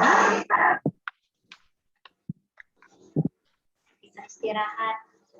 Oke, angina stabil justru dia terjadi atau dia bisa diatasi dengan cara istirahat. Ya, itu yang angina stabil. Nah, sedangkan kalau yang angina tidak stabil, justru dia pada saat istirahat itu kambuh. Ya, justru kebalikan nih, kalau angina stabil itu dia terjadinya timbulnya pada saat aktivitas. Ketika kita beraktivitas dia kambuh, nah ini dia akan mereda. Nah, sedangkan kalau yang angina tidak stabil, justru dia timbulnya adalah pada saat kita istirahat. Nah, dia tidak bisa nih kita terapi dengan menggunakan atau dengan cara istirahat aja. Itu nggak bisa. Nah, kalau angina vasospasme itu terjadinya kekakuan pada kelenjar atau pada pembuluh darah, teman. Nah, kira-kira dari ketiga jenis angina ini mana yang paling parah? Vasospasme. Vasospasme. Yang kedua? Yang tidak stabil. Stabil. Ya, baru yang ketiga adalah yang stabil. Jadi, kita bisa lihat nih, kalau pasiennya memang angina yang tidak stabil, kita harus waspadai. Ya, karena bisa jadi kambuhnya itu ketika dia sedang tidur atau sedang istirahat. Yang kita anggap, pasiennya biasa-biasa aja, kok sehat-sehat aja. Ternyata justru sedang kambuh. Ya, itu yang harus kita waspadai. Nah, untuk angina, ketika sedang pada masa kambuh, kita berikan dia obatnya 1 doang. Yaitu apa, teman-teman? golongan nitrat. Nitrat. Iya, golongan nitrat. Ya, nitrat itu ada apa aja tuh? Ada ISDN, Ada ada nitrogliserin, nitrofusid, sama ada dan ISMN. mm, Kalau Iya. ISDN kan dihidro, ya. Kalau ISMN itu mono. Mononitrat. Nah, yang digunakan yang mana dulu tuh? Yang sublingual atau yang IV? ISDN sublingual. Ya, yang sublingual dulu ya yang diutamakan, yang SL. Kalau memang udah nggak bisa nih, baru kita pakai yang IV. Nah, kapan kita pakai sublingual, kapan kita pakai IV? Itu adalah jedanya setelah 2 kali pemberian sublingual. Nah, pemberian yang ketiganya nih, pemberian yang ketiga itu udah harus dibawa ke rumah sakit. Ya. Jadi jedanya itu adalah kurang lebih 5 sampai dengan 10 menit. Nah, pasiennya harus misalnya menggunakan sublingual nih. Nah, setelah itu tuh, setelah 5 menit kemudian ternyata masih kambuh anginanya. Kita berikan lagi sublingual lagi. Nah, kemudian masih kambuh juga. Nah, yang ketiga kita berikan sublingual dan harus kita bawa ke rumah sakit untuk pemberian yang intraven. Berapa menit? Penjedaannya itu adalah 5 sampai dengan 10 menit. Nah, jadi untuk penjedaan dari satu sublingual ke sublingual yang lain. Nah, kalau yang ketiga itu udah harus banget teman-teman bawa ke rumah sakit. Nggak boleh teman-teman nunggu dulu nih 5 menit setelah pemberian sublingual yang ketiga baru teman-teman bawa ke rumah sakit. Karena itu udah ada indikasi kalau pasiennya sudah tidak mampu menggunakan yang sublingual. Ya. Nah, untuk pencegahannya atau terapi maintenance-nya, kita bisa berikan dia adalah obat golongan beta blocker. Nah, kalau beta blocker nggak mempan, teman-teman, kita bisa ganti dia dengan golongan CCB. Ya, cukup 2 itu. Untuk ACI ARB, spironolactone sebenarnya tidak spesifik, ya. Tapi yang paling spesifik untuk angina adalah 2 ini, beta blocker dan juga CCB untuk maintenance. Oke. Nah, kalau misalnya pasiennya punya riwayat kolesterol, Kak, gimana? Tetap kita harus kasih obat-obat kolesterolnya. Punya riwayat DM ya, tetap harus kita kasih obat DM-nya. Karena sebenarnya penyakit-penyakit jantung itu ya penyebabnya ujung-ujungnya kalau nggak karena DM, kalau nggak hipertensi, ya karena kolesterol. Nah, jadi kalau pasien emang punya riwayat ini, ya kita harus tetap treatment dia obat ininya, biar tidak terjadi penyakit-penyakit. Ya, kalau angina itu pokoknya first-nya adalah nitrogliserin, tapi golongan nitrat, yaitu bisa ISDN ataupun nitrogliserin. Nah, ini dipakainya cuma pada saat kambuh aja ya, teman-teman. Nah, kalau yang maintenance-nya adalah beta blocker ataupun CCB. Nah, kemudian yang sebelah sini nih, kalau misalnya plak arteriosklerosis tadi nggak ditanganin, dia bisa menyebabkan ruptur, ya, atau ruptur itu kayak bukan pecah ya, lebih kepada rusak gitu, rusaknya dari si plak arteriosklerosis. Nah, dia ketika pecah ini atau ketika rusak, maka akan terjadi yang namanya pendarahan, teman-teman. Makanya teman-teman harus berikan obat-obat yang bersifatnya sebagai hematologi gitu, yang kerjanya di hematologi. Bisa penggunaan antiplatelet, trombolitik, dan juga antikoagulan. Nah, ketika sudah ruptur nih, udah pecah, maka dia akan memblokade arteri. Ya, gampangnya gini teman-teman. Kalau teman-teman ngebayangin penyakit jantung, coba teman-teman lihat selang. Ya, ketika teman-teman punya selang, terus di selang itu ada mampet karena lumpur contohnya. Nah, mampet lumpur itu disebut dengan plak arteriosklerosis. Tapi masih bisa tuh si air itu keluar dalam jumlah yang kecil. Iya nggak? Nah, kalau udah nggak bisa keluar atau sudah terjadi yang namanya penumpukan plak nih, maka dia akan memblokade arteri. Memblokade arteri artinya nggak akan bisa tuh si air ini keluar dari selang. Kalau air nggak bisa keluar dari selang, sama kayak tubuh kita, darah nggak bisa mengalir. maka kira-kira tubuh kekurangan kadar oksigen nggak? Iya, kekurangan. Ketika kekurangan kadar oksigen itu bisa menyebabkan yang namanya infak miokard. Ya, karena suplainya tadi kurang, teman-teman. Nah, infak miokard dia mempengaruhi atau dipengaruhi sama yang namanya irama jantung atau bisa kita sebut dengan EKG. Nah, ini nih ada yang namanya STEMI dan juga non-STEMI. Terapinya dengan apa? Infak miokard ini adalah dengan menggunakan MONA. Ada yang tahu apa MONA? Pokoknya oksigen. Nitrogliserin, hanya aspirin. Ya, bukan cuma nitrogliserin tapi nitrat, teman-teman. Hanya aspirin. Ya. Jadi kalau pasiennya infak miokard, kita treatmentnya dengan menggunakan MONA. Nah, apa sih Kak bedanya? Sama enggak sih terapi STEMI sama NSTEMI? Sama. Ya, mau itu STEMI, mau NSTEMI sama. Yang membedakan antara STEMI dan NSTEMI adalah EKG-nya, yaitu elevasi segmen dari EKG-nya. Atau kita gampangnya bilangnya gerakan atau grafik dari EKG-nya itu berbeda antara STEMI dan juga NSTEMI. Tapi kita nggak bahas itu secara mendalam karena bukan tugas kita buat tahu atau buat membaca si EKG. Nah, yang penting kita tahu treatmentnya menggunakan MONA. Nah, kalau infak miokard itu tidak ditangani, maka dia bisa menyebabkan yang namanya luka pada miokardial. Luka pada miokardial menyebabkan pasiennya gagal jantung. Nah, ketika pasiennya gagal jantung, maka biasanya kita berikan obat-obat yang kerjanya sebagai agen ionotropik. Nah, contohnya kayak digoxin, ya, nitrat. Nah, obat-obat ini dalam dosis tinggi digunakan untuk pasien-pasien gagal jantung.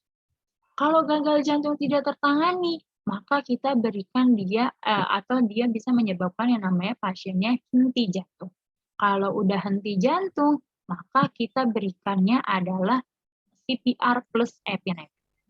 Ya. Nah, kemarin saya mau ralat sedikit. Kemarin saya sempat bilang ya, kalau shock anafilaksis itu saya diberikannya epinephrine plus CPR. Nah, ini salah ya teman-teman. Jadi yang benar ketika shock anafilaksis itu cukup diberikannya si epinephrine aja. Tapi kalau pada pasien henti jantung, itu teman-teman harus kombinasi antara epinephrine dan juga CPR. Kapan pemberian epinephrine-nya? Pemberian epinephrine-nya itu adalah 2 menit pertama sebelum dilakukan CPR. Jadi itu ketika pasien datang nih ke UGD, langsung diberikan epinephrine, langsung 2 menit setelah itu teman-teman lakukan CPR.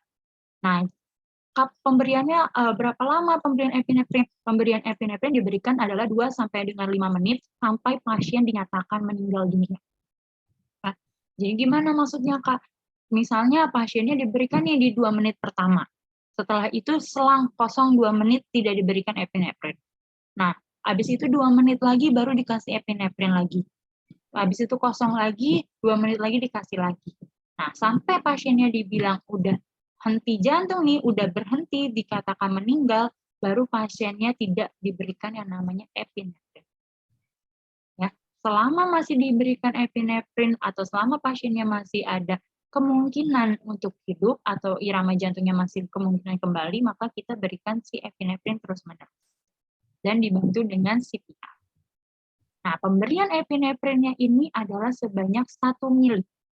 1 mili dan tidak boleh yang namanya dioplos. Jadi 1 mili benar-benar real epinephrine dan kita berikannya melalui bolus. Kenapa? Karena biar langsung cepat nyampe kepada jantungnya, biar bisa langsung memompa. Ya, kalau kita berikannya 1 mili dengan caranya diencerkan, maka dia akan lama untuk masuk ke dalam tubuh.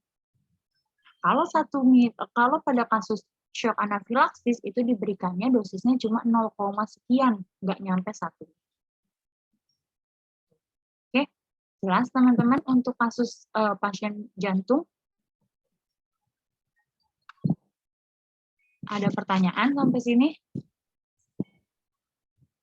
Jadi satu gambar udah mencangkup semuanya nih sebenarnya. Tinggal kita bahas stroke. Kak, aku mau tanya dong, Kak. Boleh.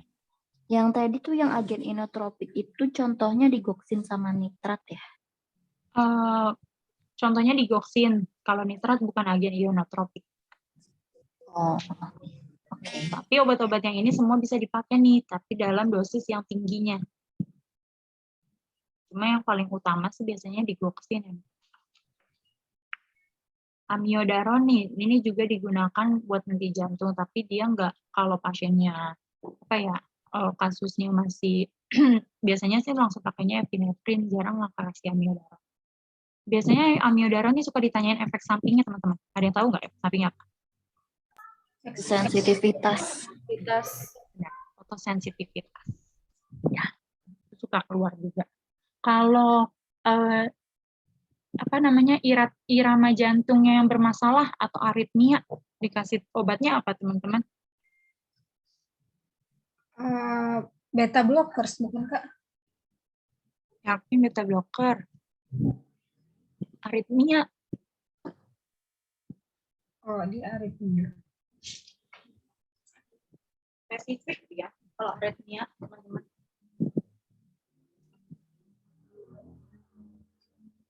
Ada yang tahu?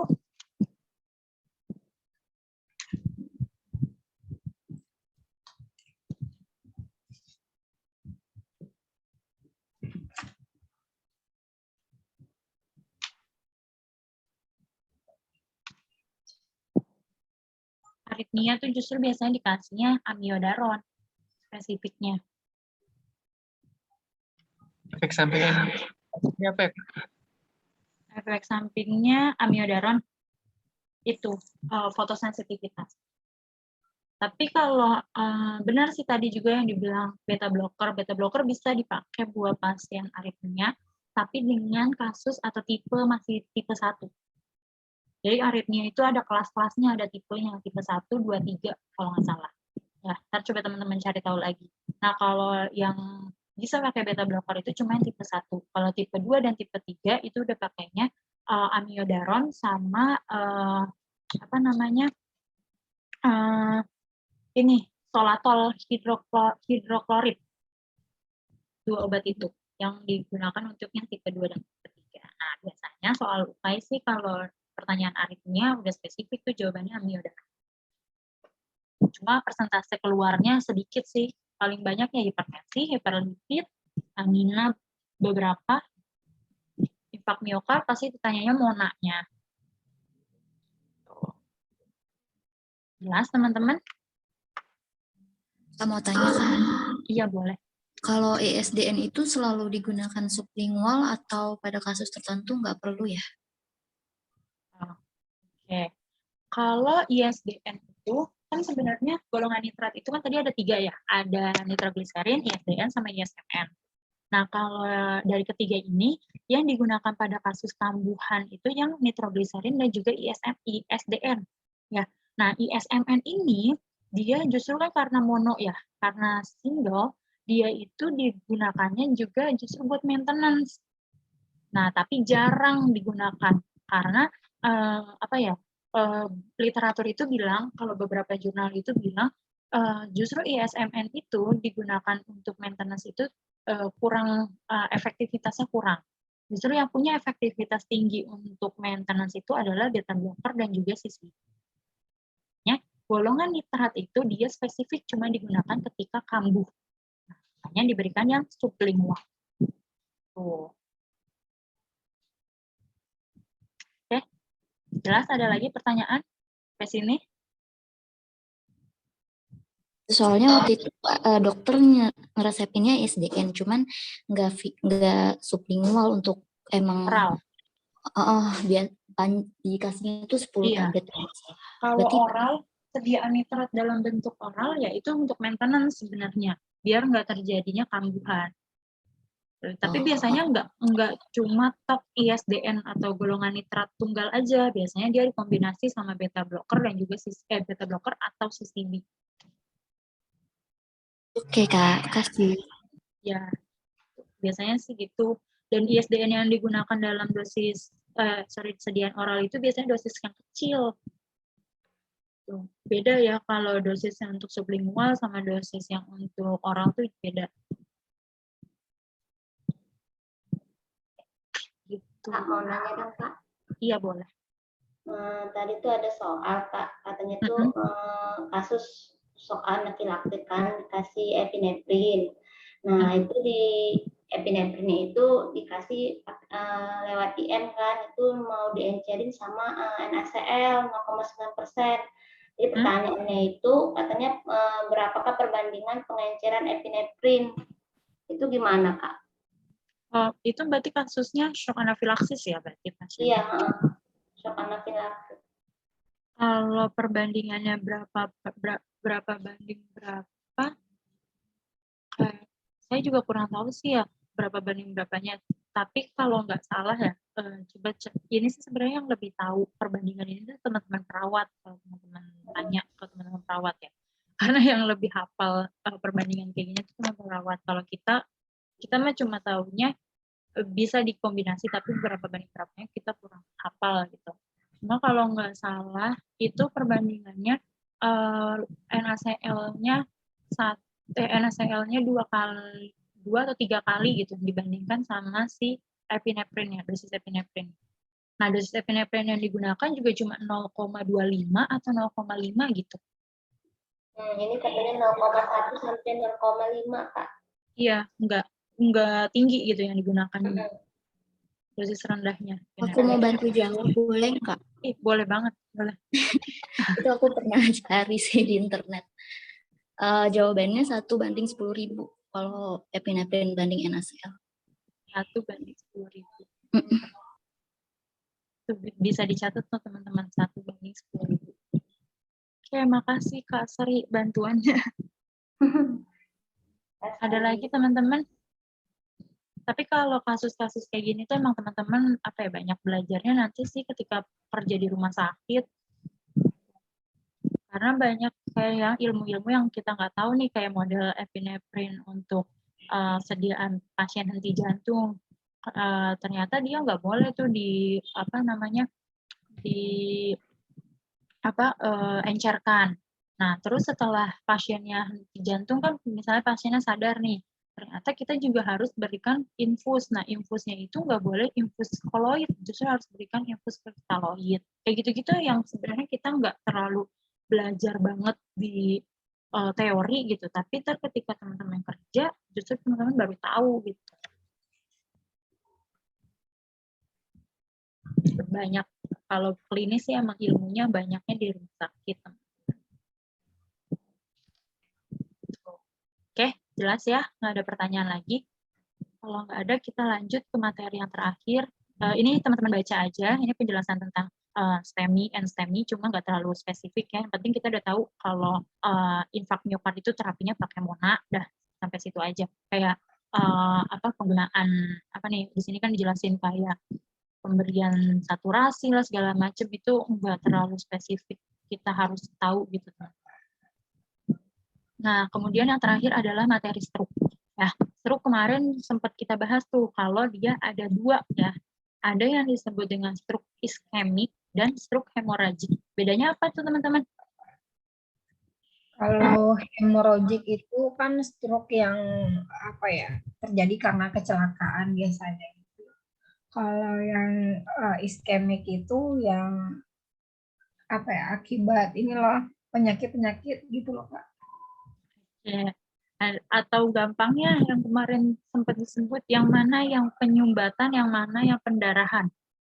Hemoragik yang pendarahan. Oke, gampangnya gitu kalau teman-teman bingung ya. Kadang kalau kita debat sama orang yang yang paham banget ya, kita memang harus tertuju sama teorinya. Tapi kalau kita lagi bahas masalah ya kita mencari yang simpelnya aja yang bisa teman-teman pahamin dengan mudah. Kan? Yang penting kalau teman-teman udah tahu, stroke iskemik itu terjadi karena adanya penyempitan atau penggumpalan. Nah, penyempitan atau penyebabnya karena apa? Nah, tadi penyebabnya bisa jadi karena tekanan darah yang terlalu tinggi ya, atau kadar DM-nya juga yang terlalu tinggi. Kenapa sih kaitannya kok DM ada kaitannya sama penyempitan atau penyumbatan?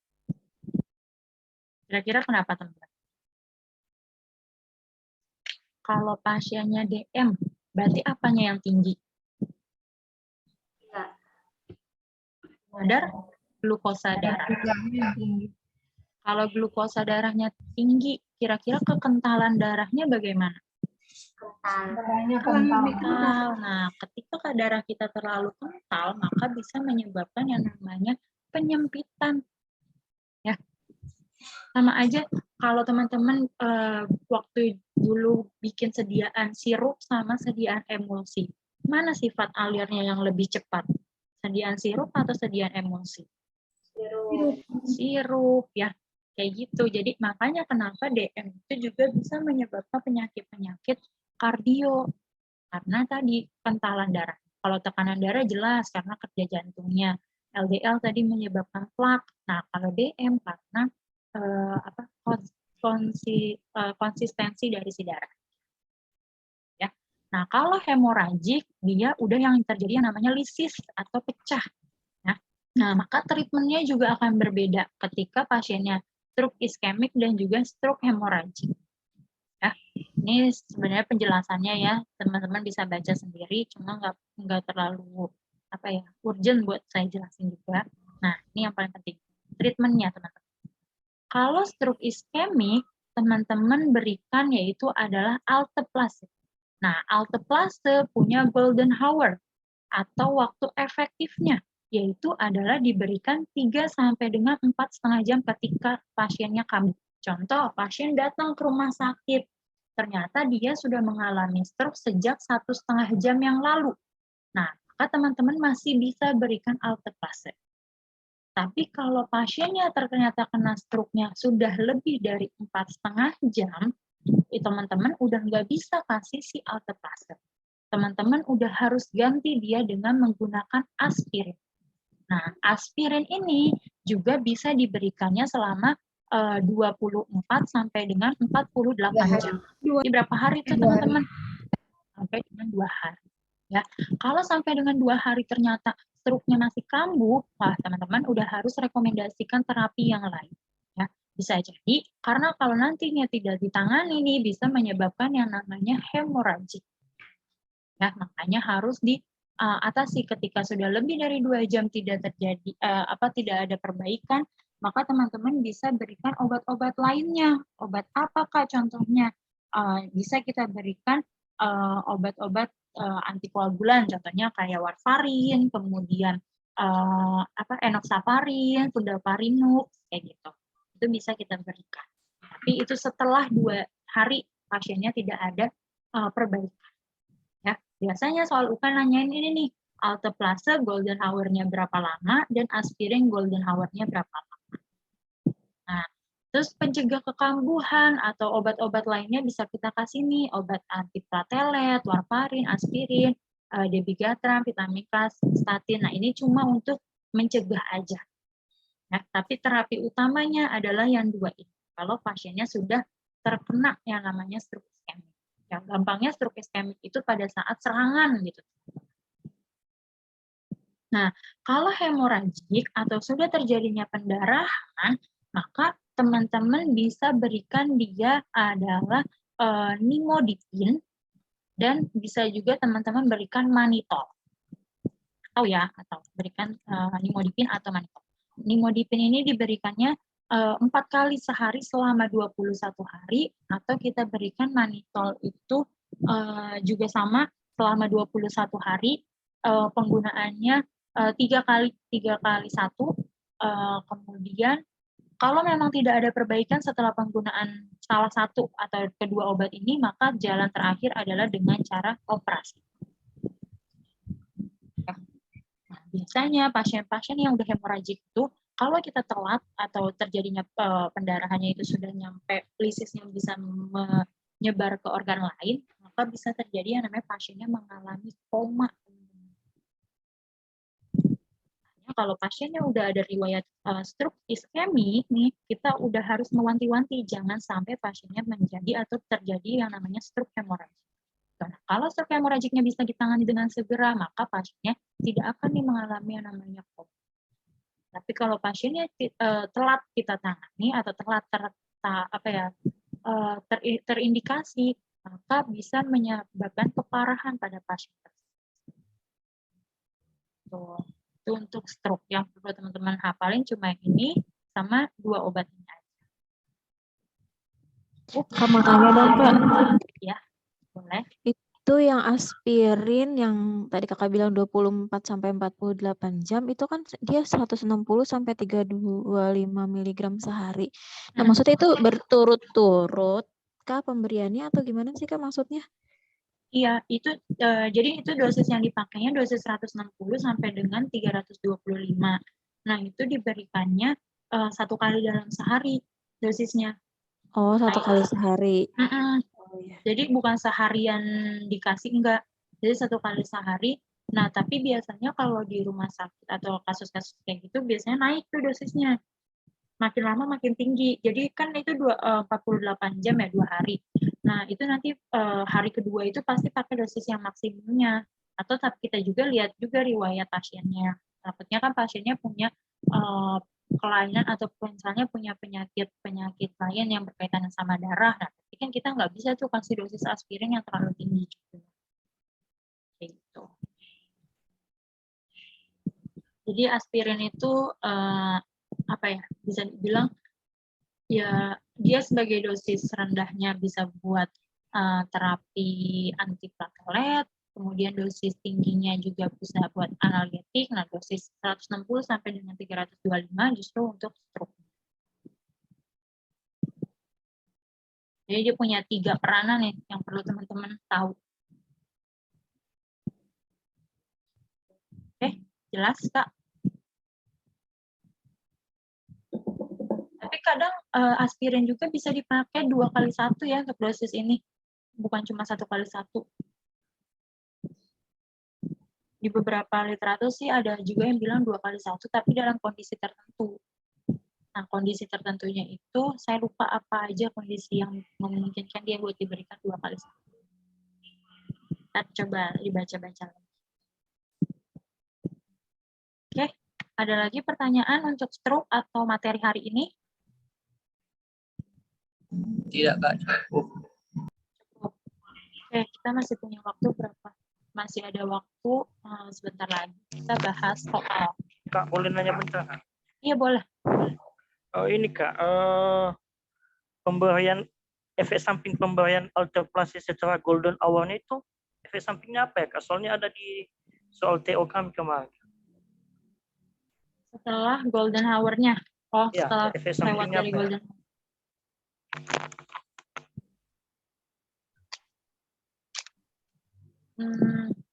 Ingat nggak Kak jawabannya apa? Apa opsi jawabannya? Tahu Kak, nggak ingat kan? Saya juga nggak pernah nemu tuh soalnya. Oh, iya.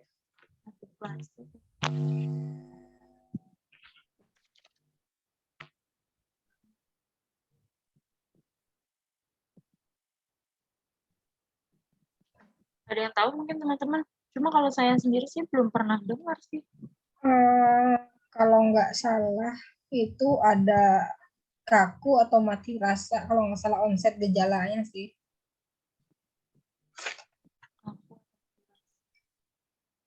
Atau yang kayak semua organ tubuh itu susah digerakkan, itu bisa gejalanya. Tapi itu sebelum diberikan alteplase sih.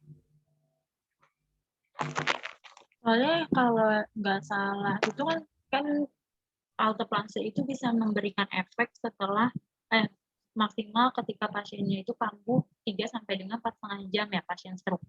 Kalau udah lebih, yang saya tahu mah obatnya udah nggak bisa membantu aja. Iya, maksudnya dia udah nggak punya peranan buat ngebantuin si pasien stroke-nya gitu. Cuma kalau efek samping apanya kurang tahu deh. Coba deh Kak, kalau ingat soalnya boleh tuh di-share di grup. Nanti saya coba cari tahu juga jawabannya. Tuh, jadi PR tuh buat saya nanti. Ya, Kak Bastian. Ya. Di-share aja kalau bisa, ntar kalau nggak saya cari juga jawabannya. Oke. Ada lagi teman-teman? Kayaknya emang soal-soal UKA itu makin kesini makin kompleks ya, kalau saya dengar-dengar cerita. Soalnya waktu angkatan saya tuh soal UKA itu simple banget, dasar banget. benar-benar basic gitu. Tapi kalau yang kemarin bulan September, ya yang bulan September 2021 bilangnya soalnya susah kan, karena banyak persentase kelulusannya juga menurun. Tapi balik lagi pas bulan kemarin di Januari atau Februari kemarin, katanya soalnya balik lagi ke soal basic lagi. Nah, cuma kita nggak tahu nih nanti teman-teman dapatnya yang mana, yang sedangnya atau yang basicnya. Cuma seharusnya sih soal-soal UK itu soal basic, bukan soal yang spesifik treatment A, B, C gitu.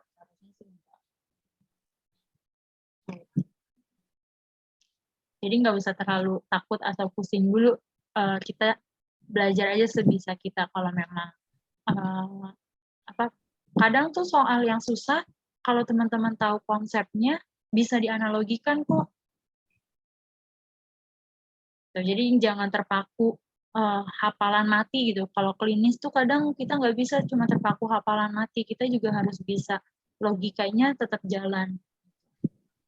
Oke, teman-teman. Oke, kita bahas soal coba biar lebih paham.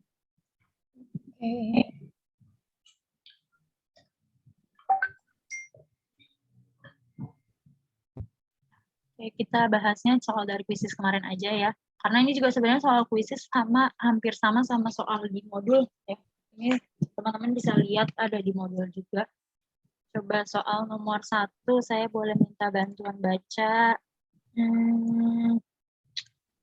Sayanti.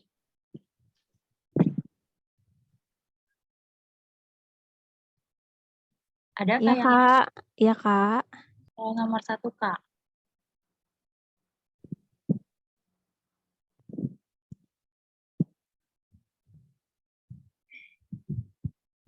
Dia tidak memiliki komplikasi. Targetnya 120/80, Kak. 120/80. Yang lain sama? Beda. Beda, Kak. Apa tuh? Yang lain apa? 150/90 karena usianya udah 75 tahun. Usianya 75 tahun.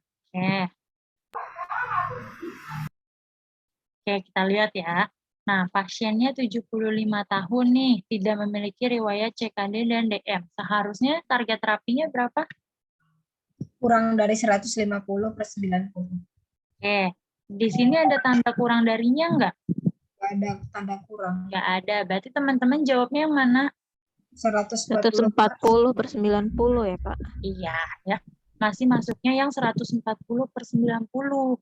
Ya, bukan yang 120/80. Karena ya kalau yang 120/80 itu nanti masuknya kan kategori yang normal.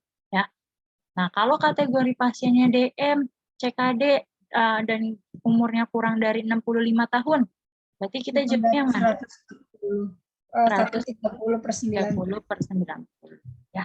Tapi kalau ada tandanya kurang dari, nah jawaban teman-teman harusnya yang ini, yang kurang dari 150/90. Oke, jangan sampai kekecoh nih. Biasanya soal kayak gini tuh bikin ngecoh teman-teman. Oke, jelas ya soal nomor 1? Jelas. Oke, soal nomor 2, Kak Adam. Ya, Kak. Oke, baca Kak soal nomor 2. Informasi apa yang seharusnya disampaikan oleh apoteker terkait pemberian obat kepada Tuan X yang mendapat terapi ACI yaitu kaptopril 2 kali sehari 25 mg. Diminum setelah makan. Diminum sesudah makan. Yang lain sama atau punya jawaban yang beda? Minum 30 Sebelum menit makan, 30 menit sebelum makan. Kak. Benar ya, yang benar diminum 30 menit sebelum makan. Kalau obat kaptopril itu khas dan sering banget keluar di soal. Itu berapa kali ya? Kalau nggak salah saya di TONAS keluar penggunaan kaptopril 30 menit sebelum makan. Oke. Kalau obat apa nih yang diminum saat makan? Akarbose. Akarbose. Metformin? Sebelum Segera makan. sesudah makan. Nah, metformin itu dia disebutnya segera setelah makan, ya. Beda ya kalau di saat makan sama segera setelah makan tuh beda. Kalau yang diminumnya sebelum makan sama sesudah makan itu sebenarnya banyak obatnya.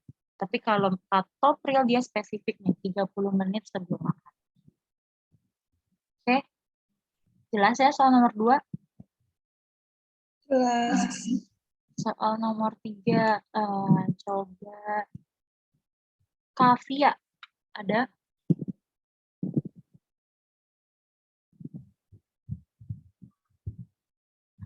Ya, Kavia lagi nyiapin bukaan nih, ada suaranya. Kak Sri.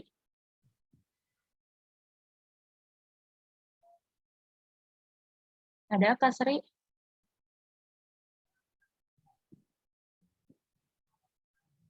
Oke, kayaknya lagi pada bikin bukaan juga nih Kak Sri. Kak Agung, soal nomor 3 Kak. Baik Kak. Nyonya Z adalah seorang ibu hamil yang memiliki riwayat hipertensi. Tekanan darah Nyonya Z saat ini adalah 165/92 mHg. Hasil laboratorium protein lebih dari 30 mg per desiliter. Terapi hipertensi apa yang tepat untuk Nyonya Z? Apa Kak kira-kira?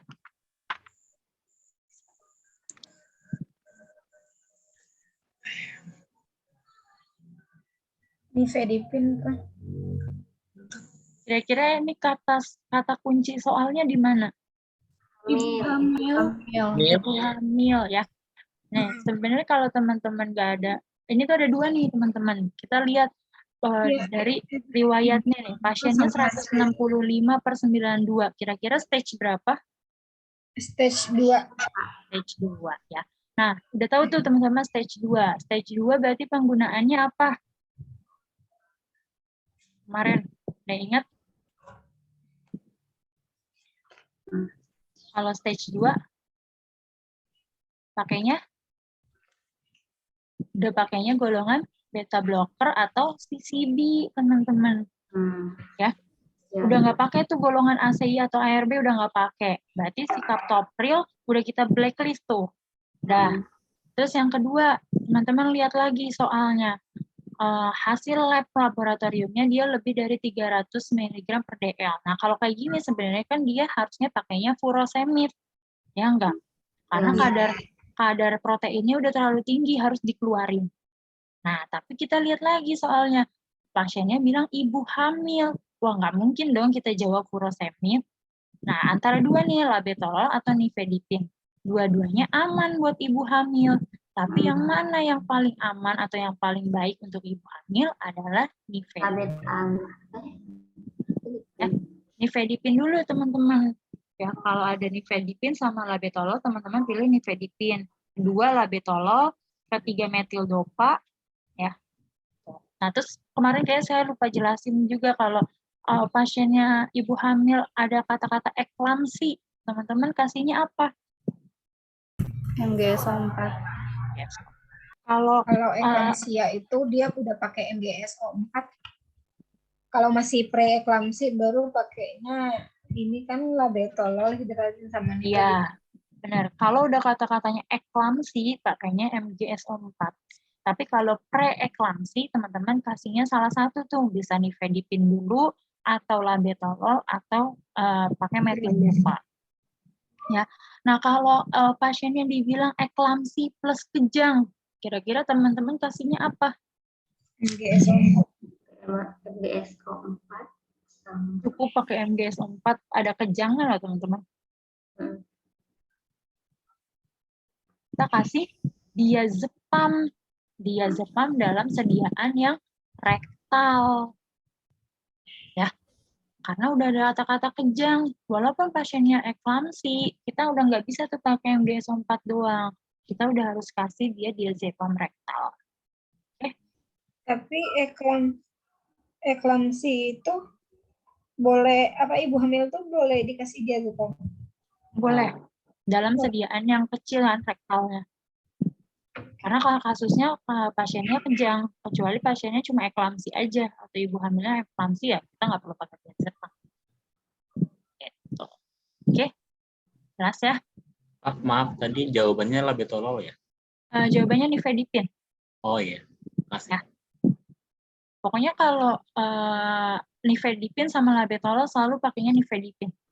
Karena dia lebih berdasarkan derajat keamanannya dia lebih aman dibandingkan dengan labetalol. Oke. Sebenarnya ini rancu sih soal kayak gini nih. Kalau soal UK biasanya nggak pernah satu opsi itu ada jawaban yang benarnya 2. Kan kayak ini labetalol sama nifedipin sebenarnya benar dua-duanya. Cuma kita lihat lagi yang paling baik untuk ibu hamil yang mana. Ternyata kan nifedipin. Kak, Iya. ini cuman ini aja sih, apa namanya, aku pernah dengar aja. Kenapa labetalol itu nggak jadi pilihan di UKAI, karena untuk di Indonesia labetalol ini kan udah nggak dipakai lagi. Nah, makanya dia untuk di UKAI dia nggak dijadikan pilihan. Cuman kalau untuk metildopa dan nifedipin, kita akan tetap pilihnya metildopa kalau hipertensi ibu hamil. Ini yang aku pernah dengar. Cuman aku baru tahu kalau ternyata nifedipin dulu. Ya, sebenarnya kita lihat dari derajat keparahannya sih, teman-teman. Kalau teman-teman baca dari apa namanya, apa tuh bukunya? Aduh, saya lupa. Ada bukunya punyanya Amerika ya, Association Diabetes Amerika. Itu dia lihat berdasarkan keparahannya. Nah, ketika pasien ibu hamil yang memang nggak parah, kita bisa kasih metildopa. Tapi kalau misalnya angkanya angka hipertensinya, Association Diabetes, JNC, dari buku JNC ataupun buku Association hipertensinya, teman-teman bisa cari, itu pertama emang paling rendah itu kita kasihnya si metildopa. Nah, setelah itu teman-teman bisa kasih labetalol. Nah, baru terakhir yang paling tinggi itu nifedipin. Tuh. Nah, kalau kasus ini, teman-teman lihat angka kasusnya kadarnya itu aja udah tinggi, udah 165/92 gitu. Yang udah stage 2, makanya dia udah harusnya pakai yang paling tinggi. Gitu. Kadang, ya itu, kita tahu gitu jawabannya, tapi kita perlu analisa lebih lanjut. Nah, itu makanya kenapa kadang kita harus lebih paham konsep ketimbang hafalan. Kalau teman-teman hafalan ya teman-teman contohnya, oh nifedipin, labetalol, metildopa. Tapi teman-teman bingung, kapan nih dipakainya yang si nifedipin dulu, labetalol dulu, atau metildopa yang duluan. Oke, jelas ya soal nomor 3? Atau masih bingung? Jelas, Kak. Oke. Oke, soal nomor 4. Coba Kak Maulana Azhar. Terapi apa yang tepat untuk 1B? 1B berusia 45 tahun dirawat dengan diagnosa stroke ischemic thromboemboli. Oke, tromboemboli kata kuncinya. Apa tuh teman-teman? Heparin. Itu heparin ya. Kalau udah ada kata-kata tromboemboli, mau itu stroke, mau itu penyakit apapun yang udah ada kata-kata tromboemboli, itu udah harus pakai heparin. Jadi nggak usah bingung teman-teman jawabnya. Oke, kita cari yang ini karena jamnya juga udah mau maghrib, kita cari yang belum kita bahas. Nah, coba soal nomor 6, Karodia.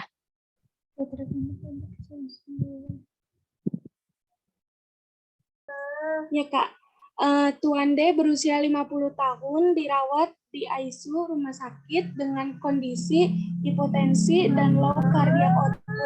Tekanan darah pasien 50 mg air raksa. Menurut diagnosis, dokter pasien mengalami shock kardiogenik. Apa terapi yang tepat untuk pasien tersebut? Apa tuh Kak? Kira-kira tekanan darahnya 50.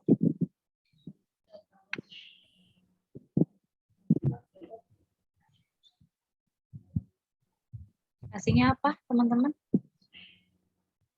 Dopamin bukan ya Kak? Apa dopamin? Norepinefrin. Ya. Kemarin kalau yang norepinefrin tekanan darahnya berapa dikasihnya? Ketika tekanan darahnya 60. Iya, kurang dari 60 ya.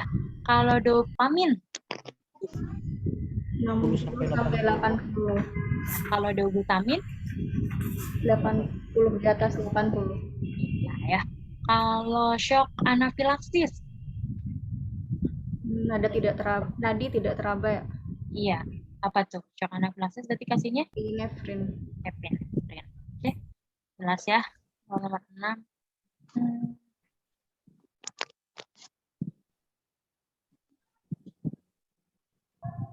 Ini juga gampang. Nih, yang punya efek samping gingival hiperplasia kemarin apa? Amlodipin. Di sini di opsi jawabannya emang ada amlodipin. Verapamil. Ya, ya. Oke,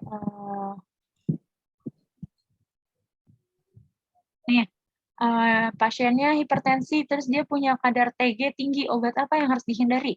Dihindari berarti Yang nggak boleh. Kemarin obat apa tuh yang nyebabin peningkatan kadar TG atau kolesterol? oh beta blocker bisoprolol. Nah, benar ya, beta blocker. Kalau doxazosine nih digunakan untuk terapi off-labelnya apa? Penyakit apa? BPH.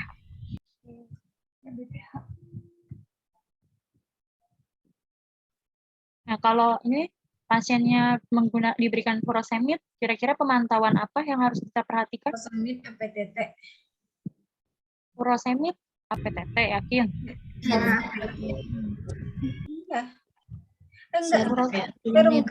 Serum kreatinin. Serum kreatinin. Kalau APTT buat apa? Yang harus dipantau untuk obat apa? Warfarin. Warfarin. Kalau INR? Warfarin. Iya. Ya, warfarin. Kalau dedimer? Nggak tahu Kak. Baru dengar. Dedimer ini hits loh waktu awal-awal kasus COVID. Kekurangan vitamin D. Itu yang Lovenox bukan sih Kak? Iya, benar. Lovenox. Nah, atau obat-obat kemarin COVID juga dipakai dia kalau dedimer itu pakainya yang harus di maintenance itu untuk penggunaan obat-obat antiviral yang awal-awal sempat hits apa tuh? Obat virus antivirus yang awal hit kasus COVID apa? Oseltamivir. Iya, oseltamivir, tenamivir ya. Itu dedimernya harus diwaspadai atau dimonitor. Oke.